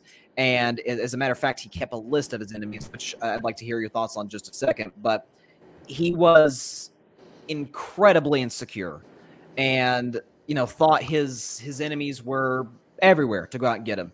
So talk about his insecurities, the enemies list, and just everything that was bottled up inside of this deeply troubled man. Yeah, Nixon is one of the most interesting presidents to kind of read about and study. Just because he has like such a long and interesting career, but also because he's just a very interesting person. You know, he has a lot of personal issues. He had some childhood trauma. He has, you know, a difficult, you know, relationship with his self-image. And, you know, that isn't really the greatest mix for someone who's going into politics, especially this upper level of politics. And he is someone who, the way that I've described him is every time I read a good biography on Nixon, it's always like he's getting so close to greatness, and then something happens, and he just never gets there, and it's so aggravating. You know, he is someone who, you know, I feel like you want to root for, but he just doesn't. He doesn't have the perspective he needs. He has bad self-awareness. Yes, he has bad self-awareness. And, you know, like, I think that so much of his legacy is wrapped up in Watergate that we forget some of the, you know, really important parts of his legacy. One is just that he was incredibly popular. He was an incredibly popular president. You know, he had one of the largest re-election victories in American history. The idea that a president that could win every state but one in a presidential election would fall from grace in the way that he did is just, like, shocking.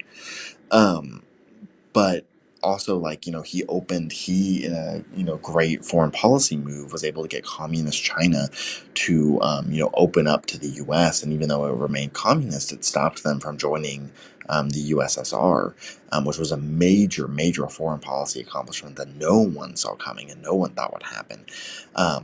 You know, he was able to kind of, to some extent, win the public over on the Vietnam War, at least for a little while. And he, you know, I think that those aspects of his presidency are so important. But all of it gets overshadowed by his largest failure, which is really, again, grappled at his insecurity. And, you know, Watergate, I think, comes from him being insecure, from his fears that he would go down in history as a president who only served one term, that he would be viewed as a failed president, that his name would be kind of echoed in history, or I think even worse, that he would be forgotten. And Nixon's insecurities got the better of him, and he allowed them to attempt to wiretap his opponent's campaign. And then as that began to be investigated, he actively worked to cover it up. And he lied about it and did as much as he could to stop it from getting to the public and to Congress. And, you know, that scandal is what unraveled his presidency. Oh, it did. And I mean, look, if Richard Nixon's goal was to not become a forgotten president, then mission accomplished, just not in the way that he would have wanted to. But, you know, talking about Richard Nixon, his his personality kind of reflected his management style. He was obsessed with power. He had to be in control at all times. And, he bypassed his Secretary of State and his Secretary of Defense so that he and his National Security Advisor, Henry Kissinger, could control foreign policy. And, you brought up how he sort of how he led on the country about Vietnam. Again, publicly, he endorsed ending the Vietnam War, but privately, he escalated the war by bombing Cambodia and sending the Marines to invade Laos. And when the New York Times revealed the secret bombings in 1969, Nixon went ballistic, and he ordered the wide-scale wiretapping of government officials and journalists to try and trace back who leaked it. Again, yet another example of some illegal acts to try and, in his own warped way, try and repair his image. And so, while Nixon and Kissinger intensified the war in Vietnam, they also pursued a radical idea to end it, because Nixon understood that the way to end the war was to maintain a good relationship with China, who was Vietnam's ally. And he forged a relationship with the Chinese and actually brokered an agreement with Hanoi in early 1973.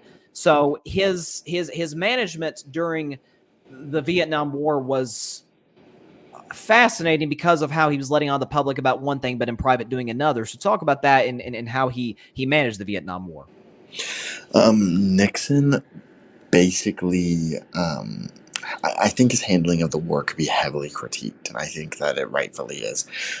He kind of did his actions based off of public polling. So, like, when bombing was popular, he would increase bombing, and when it wasn't popular, he would decrease bombing. And he kind of publicly would give support to South Vietnam, and then would also not always give them supplies that they were asking for because it wasn't popular with the public, and he was kind of playing it by ear.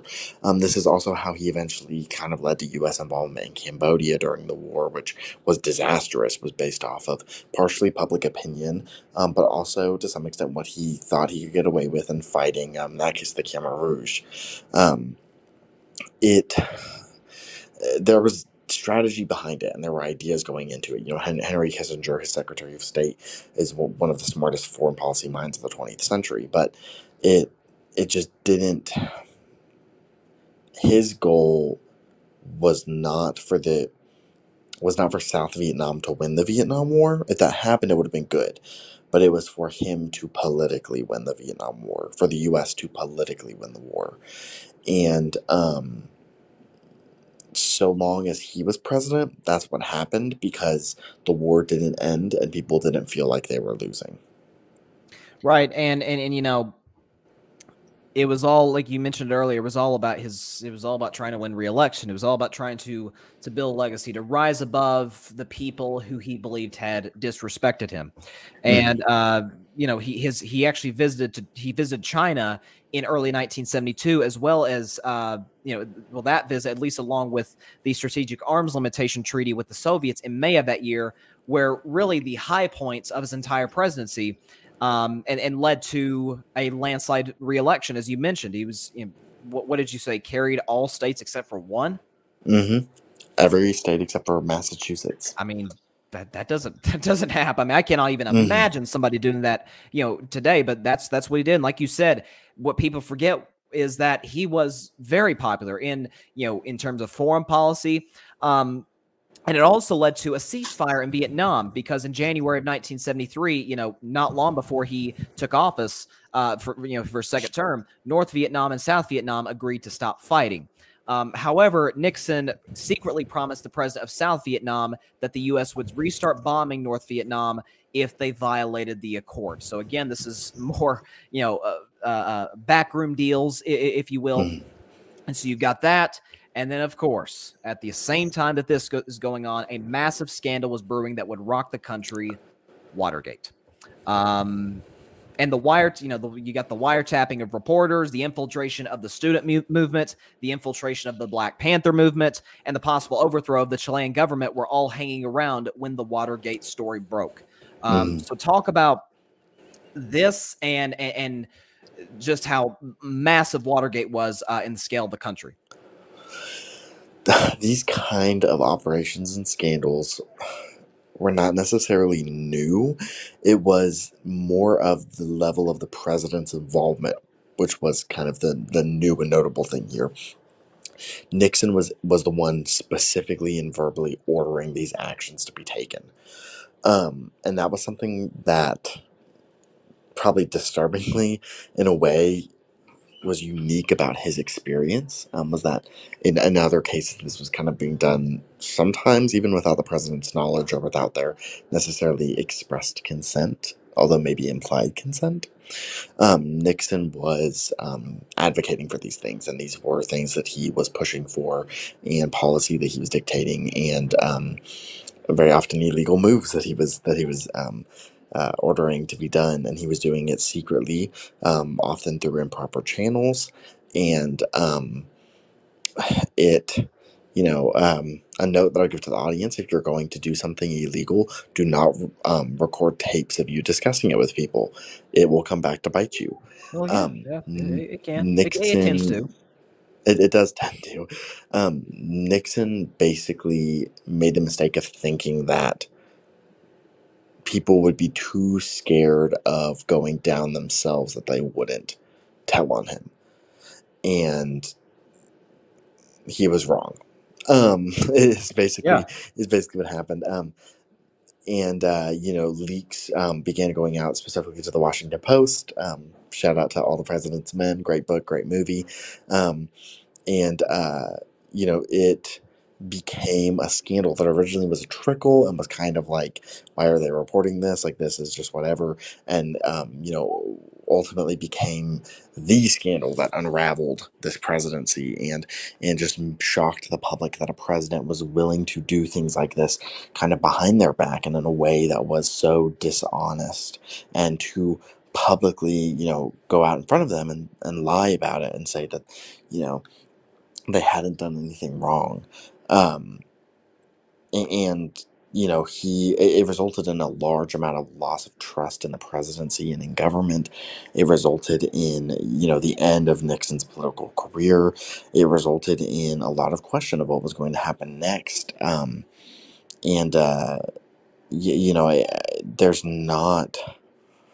There are a few scandals that I think have resulted in. I think there are other things that presidents have done that have been worse than Watergate. I will say that. Right. But I think that, which is sometimes a critique of the way that, we responded to Watergate. But I think that in terms of events that have made so many Americans lose their trust in government, there are few events that compare to it. No, it's probably at the top of the list if you think about it.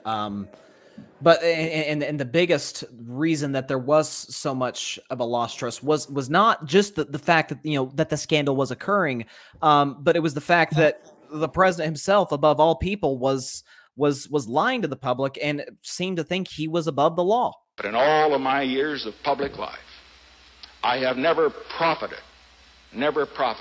from public service. I've earned every cent. And in all of my years of public life, I have never obstructed justice. And I think, too, that I can say that in my years of public life, that I welcome this kind of examination, because people have got to know whether or not their president is a crook. Well, I'm not a crook.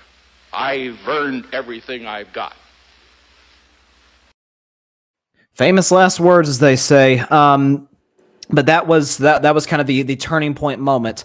Was this defiant, blatant lie to the American people, to everybody. And on July 24th of 1974, the Supreme Court ruled unanimously that the full tapes had to be released.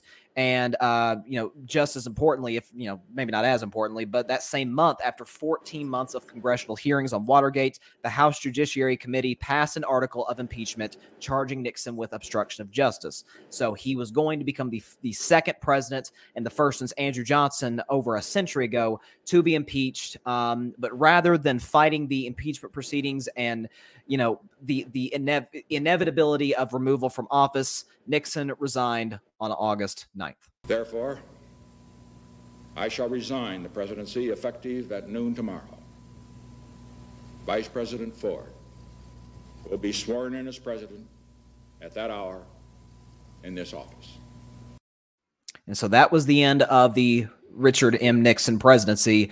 And it was, I think, without a question, Isaac, I think, even if you look at all of presidential history, it was the most shameful exit of any of our leaders.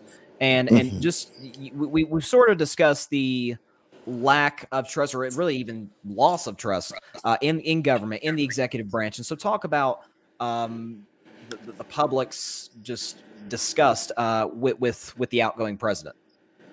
People basically looked at, the situation and said, what else did the president lie to us about? And what else was the government doing that we're not supposed to know? And, with a situation like the Vietnam War, with things going on like the space race and the Cold War and even the civil rights movement, people really didn't know what to believe anymore about what they had been told by government. And that was an issue that was larger than Nixon. It affected the presidents that were before him. People didn't know if what they had been told was true, and they didn't know if these narratives were true anymore. And it made it, hard for politicians to help them regain that trust, because they looked at them and said, you have been part of this institution that has lied to me for years. It was going to be no easy task to regain that trust.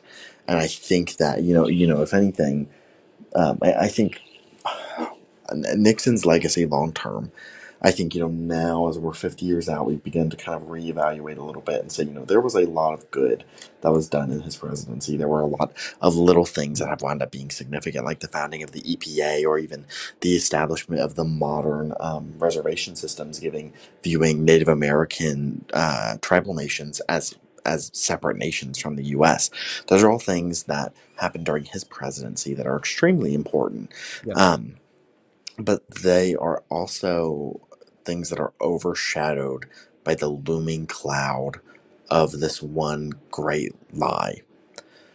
And I think that Nixon's legacy is like should be a warning to just politicians generally, or anyone really that's in a leadership position, that honesty is important, that you have to play by the same rules that you are creating and managing, and that people do not respect a dishonest leader.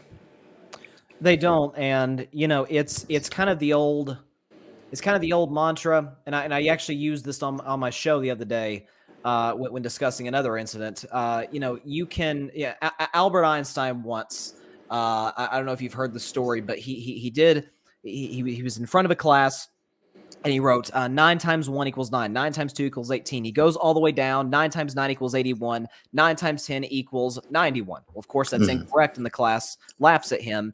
And once they finished, he said, "See, my one mistake overrules everything else." That's Richard Nixon. That's what it does. This massive scandal, this lie, these illegal acts.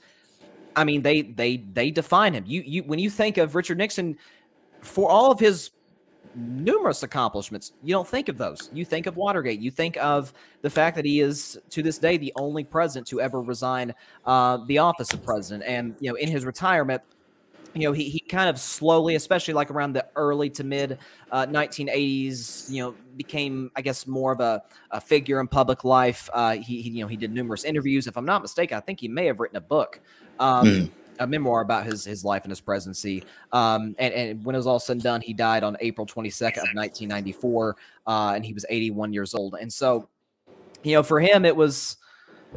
I guess, again, like I mentioned when we first started talking about Nixon, his last name is synonymous with not just presidential failure, but presidential corruption. And if we think of corrupt presidents, and there are numerous, his name really comes to the top of the list because of Watergate. So, any last words to wrap up Nixon? He is someone that I feel like genuinely we could have talked hours about, just all the things that happened during his presidency. He is one of the presidents that I would recommend that listeners who are interested would go and seek out additional resources on him. There are numerous great books on his life. The Nixon Presidential Library is a great resource. His legacy is a lot more than Watergate. There's so much there. But it is also important to learn the lesson of Watergate while studying his life as well. Yeah, and you know, it's funny how the country tends to do this. We talked about this with with Eisenhower to Kennedy, and even to a certain degree Kennedy to Johnson. We tend to get the exact opposite of the previous leader of the country. Now, this was obviously not through election, but Gerald Ford could not have been more different than Richard Nixon as a president, frankly, as a man. Number 38, Gerald R. Ford, Republican, 1974 to 1977, 61 years old, from Michigan. So Gerald R. Ford, he was born on July the 14th of 1916 to Leslie Lynch King and Dorothy Ford. He married Betty Bloomer in 1948, and they had 4 children together.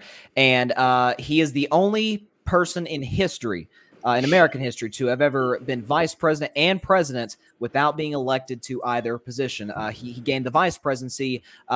Spiro Agnew resigned due to, I believe, some business issues. It was not related to Watergate. And that's how he assumed the vice presidency. He was respected in Washington.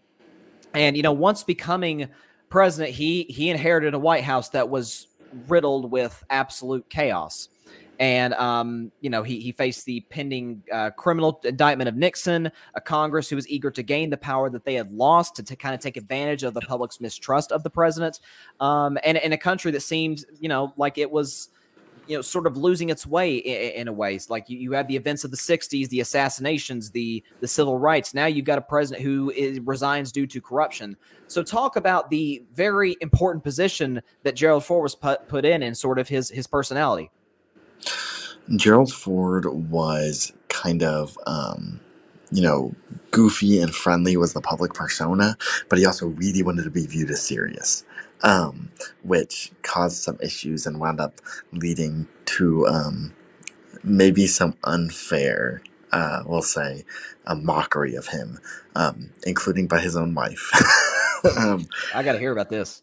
But there's the great story that, you know, they're at Camp David during what a lot of historians call the honeymoon period of his presidency, where for a while he comes in, he has, you know, young children who are living in the White House. You know, his wife is very personable and relatable, but also kind of says these kind of radical things and is very open and honest with the public in a way that first ladies generally haven't been. You know, and it feels like this kind of breath of fresh air for the American people. And but there's this story that he's at Camp David for the first time and he's speaking with reporters, and his wife Betty Ford gets the idea to walk over and, even though he's in a full suit, to push him in the swimming pool, and she does, and she interrupts this you know, kind of impromptu press conference with him being all you know, serious and trying to act presidential, and pushes him in the swimming pool. It's a really funny moment. There's pictures of it. And I think that maybe I'll turn it into a larger symbol. I think that it might kind of exhibit his presidency in a lot of ways. He's there trying to be presidential and he's trying to do the right thing, and yet he still winds up in the swimming pool and looking kind of ridiculous. And I think that in some ways I feel like maybe it's even what we needed.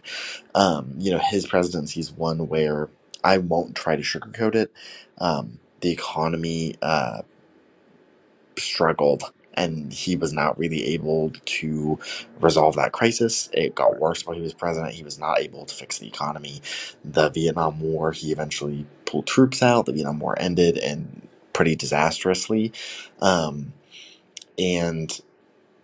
he pardoned Richard Nixon, which was extremely controversial. It was a full pardon. And people viewed it as a possible sign of corruption. It was one of the most controversial moments, again, I would say, in modern American history. And all of that to be said, that his presidency was successful.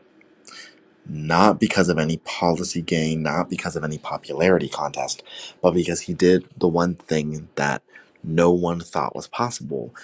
He made people regain trust in government. And he didn't do it through successful policy. He didn't do it through being the serious president that he did want to be viewed as. He did it by being stable and being consistent. He did it by pardoning Nixon, by ending the nightmare of Watergate. He did it by promising the American people that he would be open and honest with them, and by following through on that promise. He did it by being Gerald Ford, by being that, Michigander who was sometimes a little too blunt for his own good, and was sometimes a little bit out of touch, and was sometimes took him a minute to get the joke. By being Gerald Ford, by being someone who was honest. I think it's fair to describe him as an honest man. By being who he was able to help the American people regain trust in government. And, not all of his presidency was a hot mess. But the most important thing about his short time in office was the way that he helped the American people recover from Watergate. For sure. And I think at least in terms of his life pre-president, his authenticity, he was a decent man. He was, like you said, his honesty was really what defined him as a politician. I think that authenticity helped him sort of reach across party lines. He had a big reputation of doing that. Mm-hmm. He spent, once he came into office, he spent more than half of his time dealing with issues relating to Watergate, and he became increasingly frustrated that he wasn't able to focus on other issues, inflation, the Vietnam War, et cetera, et cetera. And so on September 8th of 1974, a little less than a month into office, as you mentioned, Isaac, Gerald Ford pardoned Richard Nixon. I, Gerald R. Ford, President of the United States, pursuant to the pardon power conferred upon me by Article 2, Section 2 of the Constitution, have granted, and by these presents do grant, a full, free, and absolute pardon unto Richard Nixon for all offenses against the United States which he, Richard Nixon, has committed or may have committed or taken part in during the period from July 20, 1969 through August 9, 1974. And so that was like you mentioned, it was a very controversial moment. And, a lot of people, both Democrats and even some Republicans at the time, said, wait, time out. You've barely been in office, a month, and you're making this massive call. So what's sort of your take on the Nixon pardon? And do you think it was, I guess I hate to, kind of put you on the spot like this, but do you think it was the right call in terms of moving the country forward? Or do you think he maybe hadn't built enough legitimacy as president to make that call? I think that there are multiple aspects to it. I think one part of it was that he had to legitimize his own presidency, and he viewed that as a way of kind of pushing Nixon out of the light of it and saying kind of, this is the Ford presidency. I think at the same time, I think he also did recognize that not just for the difficulties that it was causing him in running his administration, that Watergate had to end, and that Nixon going on trial and it being this whole kind of big theatrical display that it would have harmed the nation in a way that the presidency as an office may have never been able to recover from. And I think that on both fronts, I think that he made the right call. I think that the presidency had to be able to recover, government had to be able to recover, and that it could not recover unless Nixon was pardoned and Watergate ended. And I think that also he would not have been able to kind of move forward with a Ford presidency if that kind of threat of the continued investigation of Watergate, or not investigation, the continued dragging out of Nixon's administration continued. And I think that on both accounts he was able to, by ending it, he moved the American people past that difficult chapter and was able to help them kind of see a potentially brighter future around the corner. And again, I don't think that we got there all the way during his presidency. You know, the economy was obviously still difficult. Vietnam, again, blew up during his term in office. But he made the American people just feel confident in his stability. And I don't think there aren't many presidents that I will give that much credit for, despite not having had a very successful presidency on policy terms. But I give credit to him because of the unique circumstance that he was in. He did what needed to be done. Yeah, I tend to agree with you, and obviously, I mean, it's easy to say hindsight's 2020. We see, we obviously have moved on from 50 years from now, or 50 years since. But yeah, I think for Ford, I get the criticisms of the fact that he was only in office a month, but look, and you mentioned, in your belief, it was a successful presidency, and you could make that case because of the fact that the greatest thing he did in office, and I'll touch on Vietnam in just a second, but the greatest thing he did in office, and not all presidents succeeding and outgoing presidents can say this, he moved the country forward. That's the one thing he does deserve credit for. I mean, we've had, a number, I know this is a horrible example, but Andrew Johnson takes over after Lincoln's assassination, and the situation in the South just gets worse under him. In this situation with Watergate, we are able to pretty much move past it. But adding to his problems and, the criticism of this part, and North Vietnam broke the peace accord and launched a military offensive into South Vietnam and forced requested military and economic aid for the South Vietnamese, but Congress refused. Congress had essentially had enough of the war, and they were unaware of the deal that Kissinger and Nixon had made with the South Vietnamese that we had touched on earlier. And as a result, on April 19th, 1975, Saigon fell to the communists. And, of course, despite the fact that Ford did not want these outcomes to occur, he didn't have enough trust in the nation in the time that he was in office to win a second term. He did win the Republican nomination, but he would lose to a true Washington outsider on the Democratic ticket, who, of course, we will discuss to start the next episode. I think that it is, in my opinion, notable to say that it wasn't the closest election ever, but it was a fairly close election. And I think that does say something about Ford, that despite Watergate and despite all the controversies and the difficulty of his presidency, that he was still able to put in a competitive race.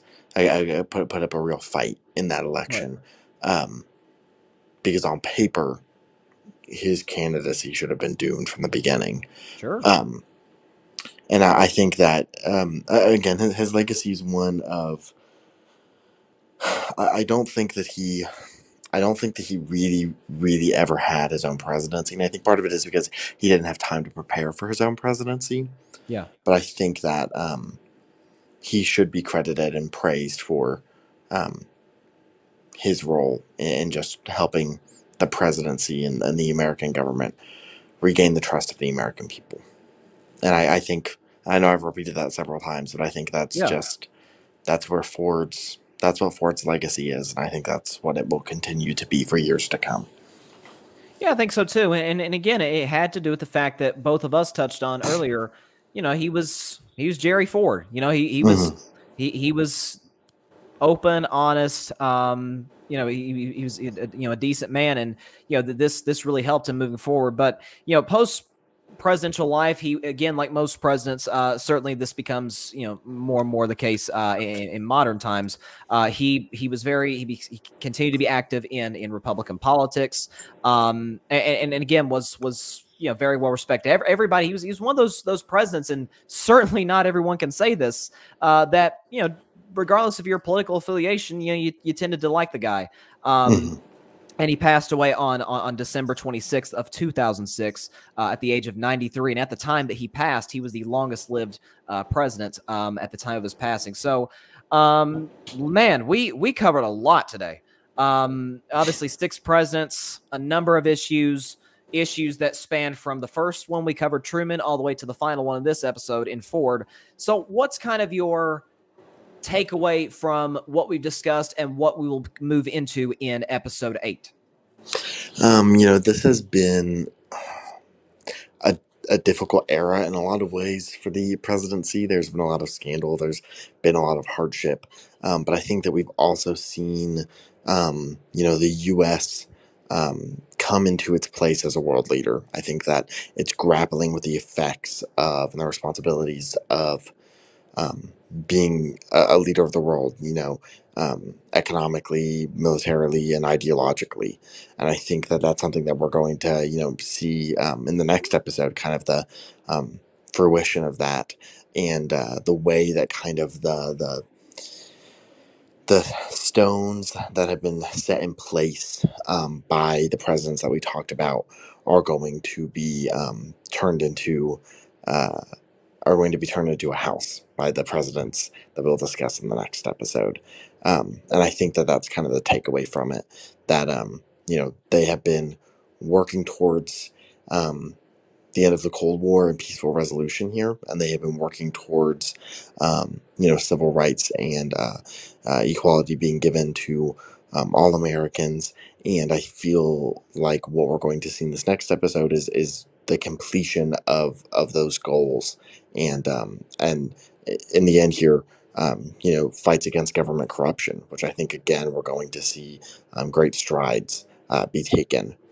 And I think that there's a lot of movement going on, and I feel like they are dealing with growing pains. For sure. And again, the office, as has been the case every episode we've had leading up to this point, the government does, certainly the presidency more specifically, does undergo a lot of change, and does undergo a lot of, at least at this point, I would say even more scrutiny by the media, by the people, into sort of what we know it as today. So, but we still got 8 presidents to go, and we still got a lot to discuss for all 8. So once again, episode 7, Isaac, as always, appreciate you stopping by, man. Great being here. I've really enjoyed the series so far. Looking forward to the next couple episodes to come. Yes, sir. Appreciate it. But that is all the time we have for today's show. Man, I'm telling you, this era of history, I've always said it is the most fascinating to me. Maybe partly because we're starting to move into modern times. We're starting to move into presidents that you, the listener, depending on your age, may remember. I just think it's incredibly fascinating. So until episode 8, hope everybody has a great day. Continue to stay safe out there. God bless you all. Peace out.